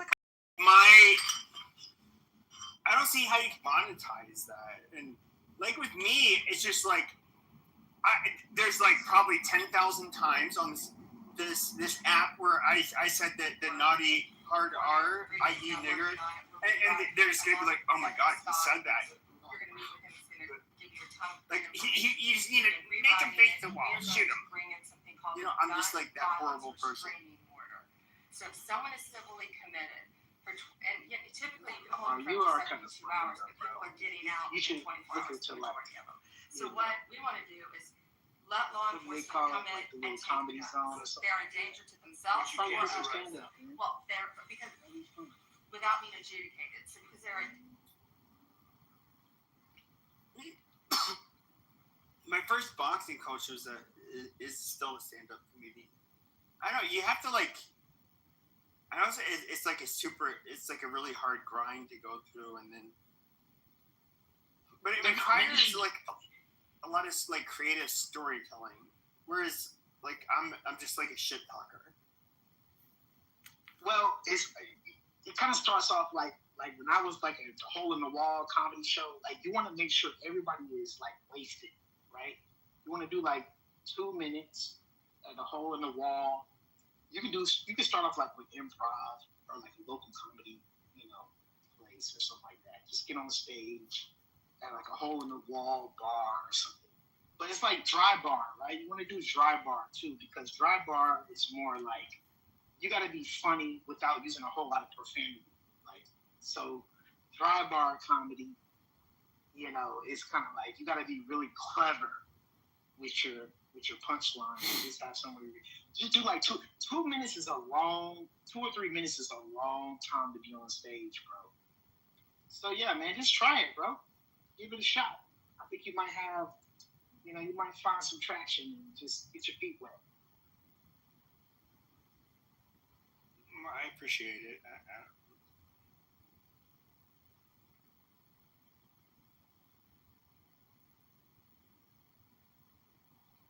And for all of you people in the audience, I know my voice. I'm in my 40s and I sound a certain way. People like to say I sound like Kermit the Frog. They'd like to say I sound like a lot of stuff. Just my voice is different. Okay, I get it. Okay, God blessed me with these genes, and so you recognize my voice. So just follow me back. Okay, I see all of you faggots in the goo. And there's 2 people on stage I haven't followed. Guys, just follow me back. There's no reason not to follow me back. Just saying. I'm not, and my voice. I'm not saying it's the sexiest voice, but it's who I am. Don't make fun of me. No, but I think people are putting together their stand up right now for like Charlie Kirk's Killer. Like the guy had on some Converses jumping off of a building and with perfect surveillance. Like nobody who I know thinks that that's the real killer. Diversion after diversion, and I just think this guy. If you want to hit somebody from 500 yards away, it's like you got to be in the military. You have to have a lot of skill set to hit somebody from that far away. And so I don't think this guy that they captured is actually the real. Like, if this guy can hit some, like, come on, bro. Like, we believe anything. Everybody just believes anything. Like, oh yeah, this guy hit somebody from 500. You know how hard it is to hit somebody from that far away. Yo, I don't want you to do university tours. I don't know why. I don't want you to do that. Podcasts, I back podcasts. I'll help you with the podcast. The uni tours are interesting, but sorry, God, for interrupting. But I would say this: hitting a chart. Here's the weird thing about this, though, is that an XM15 is the Bushmaster variant of the Air 15, and this is like when they were still making in mass production their the M4 carbines for the military during the global war on terror. But I remember 200 yards away, being able to just standing and not really having to control much. I could, easy shots for me to make. Of course, I was in my 20s at the time. Once again, I'm not somebody who's ever in the military, had any kind of formal training. When it comes, well, to be fair, there was a Marine that sighted in that rifle before I did it, so that could have helped. But I didn't find it that difficult. Even the Marines, I believe they have to do shots out to 500 meters. Fake Republicans. Which is more than double the distance, and I've never really passed a couple 100 meters. I've never taken shots beyond that. I'm never somebody who's been hunting. When it comes to being a sniper and trying to expect the definition. With a moving target, how far should you lead? Any of that shit. I have zero experience, but just standing, in a sunny day with very little wind, which is very common in this part of Arizona, it was definitely not a hard shot. So here's my question: how far away was the shot at Trump? So was it closer or was it farther away? I believe it was roughly. roughly similar. It wasn't like 150 I have to the 200 link. yards. I have the link if he wants to see it, and if he could. Yeah, like how far away was the shot? Do you want to see the link? How far away was the shot at Trump? In Clown World, fake Republicans call real Republicans. You're so pathetic, Terry. Expect a loud lawsuit to be served on Friday. If you can afford to settle. I was always aiming at the torso. Now, would I at 200 yards? Would I have? And of course, I'm not like under stress. I'm not like, hey, like you're about to get shot. Like once you take this shot at the president, and your life's about to. In Clown World, fake Republicans call real Republicans. That kind of pressure. Democrats. Or just even assassination. You're like, so I can pathetic. understand Expect how, a libel lawsuit to be served on Friday. If you can't, I'm saying, can't afford to settle, I will garnish your ex wages, place a lien on super your clear and house. calm. The weather was perfect, and I could do it. But I would even say, like, when it comes to Trump, the fact that he hit his ear, it was like, in a way, like his shot was on target. You can't just In Clown World, fake Republicans call real Republicans Democrats. You're so pathetic, Terry. Expect a libel lawsuit to be served on Friday. If you can't afford to settle, I was shooting at the torso of a silhouette. I was not taking headshots at 200 yards, which is like Exactly. It's quite a bit different. Exactly. So that's what I'm saying is like to hit his ear without it being blown off his face is a miracle, or it was fake. So there's two different scenarios. Either it was an absolute miracle that his ear wasn't blown off of his face, or it didn't happen. So because we're talking about he was but the Butler, Pennsylvania shooter was using a 5.56, which is a varmint round. It's literally meant to kill like very, very small game. In Clown World, fake Republicans call real Republicans Democrats. The United States military decided to use the 5.56 NATO round, which is very similar to the 223. And most AR-15s that are chambered in 5.56, they will shoot a 223 cartridge. The reason why they went with that round over the 308 is because they could end up carrying a whole lot more ammunition. And what the studies were showing at the time was that they basically what would dictate that you could win a firefight was the volume of fire. And so they ended up going with that round. But a 30-06 is something that can take out like a very large animal. It's a whole different fucking, that caliber is so different. A deer rifle. Yeah, basically, if he got shot with a 223, it doesn't. It is kind of catastrophic when it comes to like if you get shot with one because it has a high velocity, yet it's a round that's not that big. But if you get hit with it, it tumbles and it causes a lot of carnage that way. As opposed to like a 308 or 30-06, which is likely to leave like a clean hole through you. But I'm saying we can agree that Trump's ear should be at least missing. Like no, if like his ear was missing. No. I'm just saying it just barely buzzed him. Yeah, but that's a miracle. Yeah, exactly. Okay. It's a miracle that he turned at the last second to point at something and didn't get the bullet that went through his and that's my point, is that like that shooter in Butler was he was fake Republicans call real Republicans Democrats. You're so pathetic. Expect the libel lawsuit to be served on Friday. If you can't afford to settle, I will garnish your ex wages and place a lien in your house. He would have been fucked. Yeah, if he wasn't boasting and bragging at that exact moment, he'd be dead right now. Wait, they clip your other account, Pepe? I got clipped like 3 times today. Oh, the Carlito one. Yeah, He just keeps coming back. Oh. Somebody in the comments said, y'all be easy and remember them feds watching.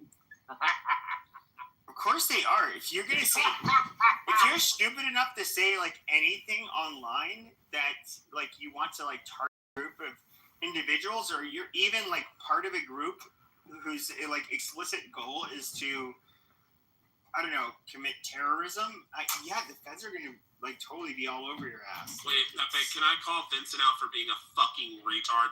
Vincent, the 5.56 is a NATO round. The 2.23 is a standard round. They are interchangeable in an AR platform. You can put a 2.23 in a 5.56, but you cannot put a 5.56 in a 2.23. Will not feed and it'll get jammed.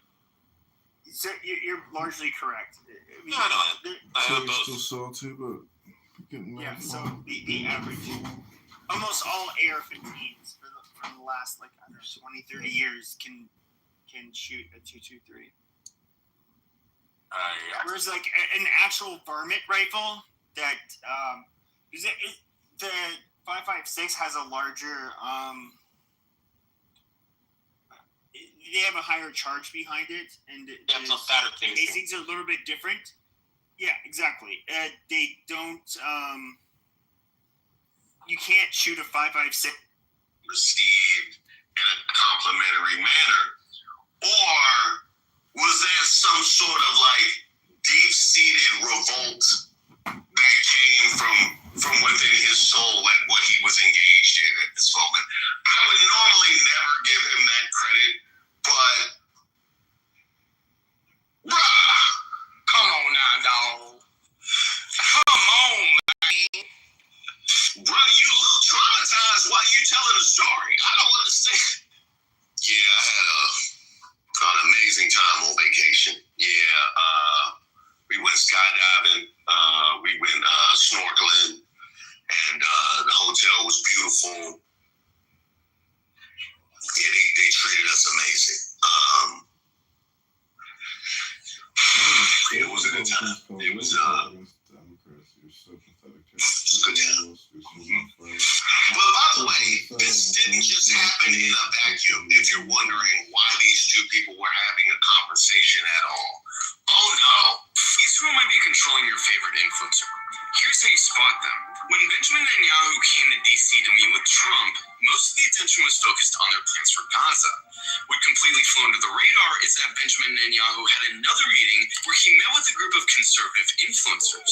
The group included podcasters Tim Pool, Dave Rubin, and Sean Spicer, and writers Bethany Mandel, David Harris Jr., Jessica Krause, Seth Mandel, and Molly Hemingway. Some of the people on this list have several millions of followers, and they were meeting not just with Israel's head of state, but also his diplomatic advisor and the Israeli ambassador to the United States. There are no videos or direct quotes from the meeting because it was conducted under Chatham House rules, which is basically a rule set for meetings in elite circles where the people attending, especially journalists, meet on the basis that nothing said in the meeting can be directly attributed to any individual, and that you can only say what was generally talked about. Some of the topics covered include Iran and anti-Zionist sentiment online. While we don't know for sure everything that was discussed, it's hard to imagine that Netanyahu convened influencers for any other reason than to try to convince them to be propagandists for Israel.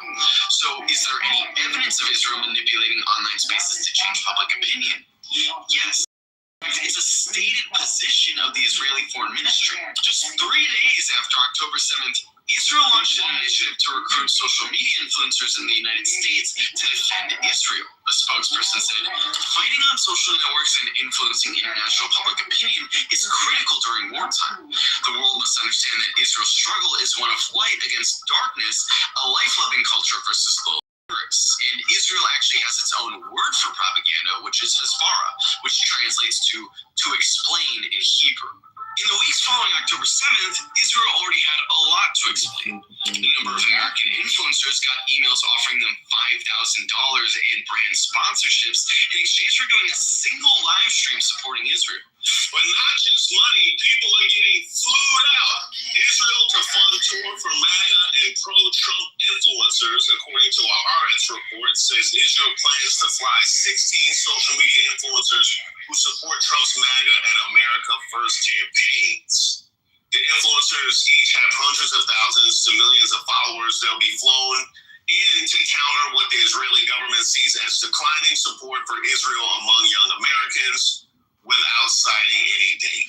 With the rise of the America First movement and MAGA in American politics, it's essential for Israel that the movement adopt a pro-Israel position. That was the report's quote from the senior deputy director of the Israeli Foreign Ministry's Department of Public Diplomacy. Well, look, Officer Tatum, my advice is to holler at Yaakov, because you're going to need some public diplomacy. You're going to need some public, they tearing you up in these comments. Officer Tatum in a nutshell. Oh, not crying. Don't bring Ninja Turtles into this. Wow, go be it. Wow. Wow. Go be it in somewhere else. The whole thing is a grift. It never stops cucking. I just... Wow. Wow. Not the Django meme. How effing stupid and disgusting are you? How deep is... Wow.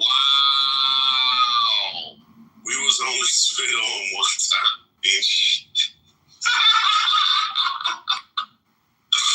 Oh, it's not so fun when a rabbit got the gun, is it? Officer Tatum is peed after his Netanyahu interview backfired with a lot of negative comments and only 50K views on YouTube. He's firing off at everybody as willing to die on this hill for a random country in the Middle East. Can't wait for him to debate Myron Gaines. And when did Officer Tatum become obsessed with the Israel stuff? Literally never saw him talk about this stuff at all. Now my feed is filled with this nonsense every day. Doesn't seem or feel authentic. To which we get, they put his sellout A on the payroll. Next, he'll be over there kissing the wall. Trying to recruit the room temperature IQ blacks. It's not. He's one of the influencers who got a paid trip there to go push their propaganda. He's bought and paid for Shabbos Goy, the house in of the modern day.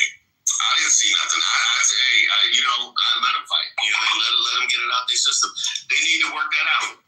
They need to work that out. Now, officer, officer. I'll stop it over there. So it's starting to get a wake-up call online. And if you, I don't think you're familiar with Tatum, Lisa, but that's the woman Infinity says he likes. So they're very consistent with who they were, and their script. It's pretty amazing. Uh-huh. There's more, but I didn't know if y'all were getting bored with it, so I just... No, that was pretty good.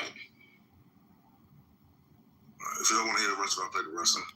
No, again, like the Israeli government, this right-wing Israeli is a tool for MAGA and white supremacy. And so that's why they don't really care about Israel. They certainly don't care about Muslims. And they certainly don't care about Jews. But if the right-wing Israeli government can serve their interests as MAGA and white supremacy, then of course they're going to jump on that train. Let me put it back. Tatum, you already told us how you feel about us. I mean, this same week, you was up there on Capitol Hill doing your best Benny Johnson impersonation. Oh, please save us. Please bring your National Guard into our cities and please save us. Honored to be invited to the White House today. Thank you, Caroline Levin, for taking my questions on two major issues, addressing mental health in relation to mass shootings, and two, tackling the violent crime crisis in Chicago.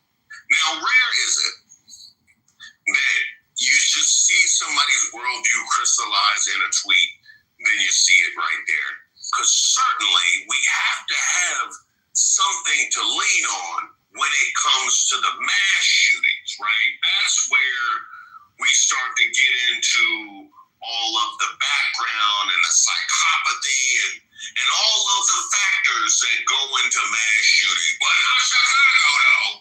That's just a bunch of heads. Come in, no, we don't need. I already know what their brain looks like. I'm a police officer. I already know. Officer Tatum, did they spit on you? Did they spit on you in Chicago? Is that why you out here sounding like this?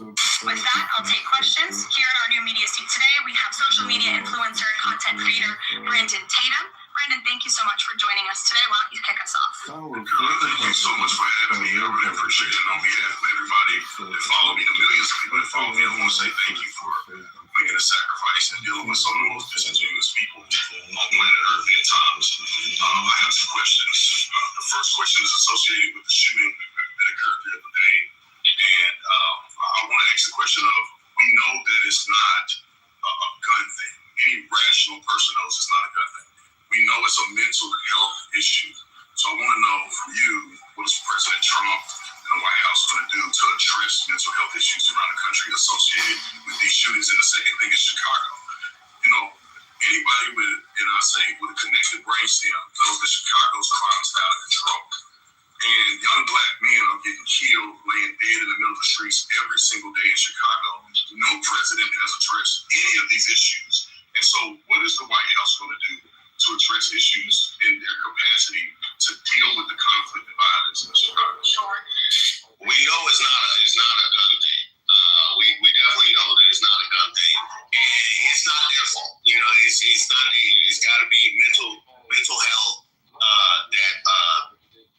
it's got to be something that infects their brain that takes them out of normal society and normal judgment. And so normal society shouldn't be, condemned based on what they do because of the mental health thing. Then in Chicago, get these hands out of here. We gotta pack these hands up. That's what I'm saying. Wrong. Well, with rhetoric like that, y'all got that, man. Y'all got that. No, you hit your bit.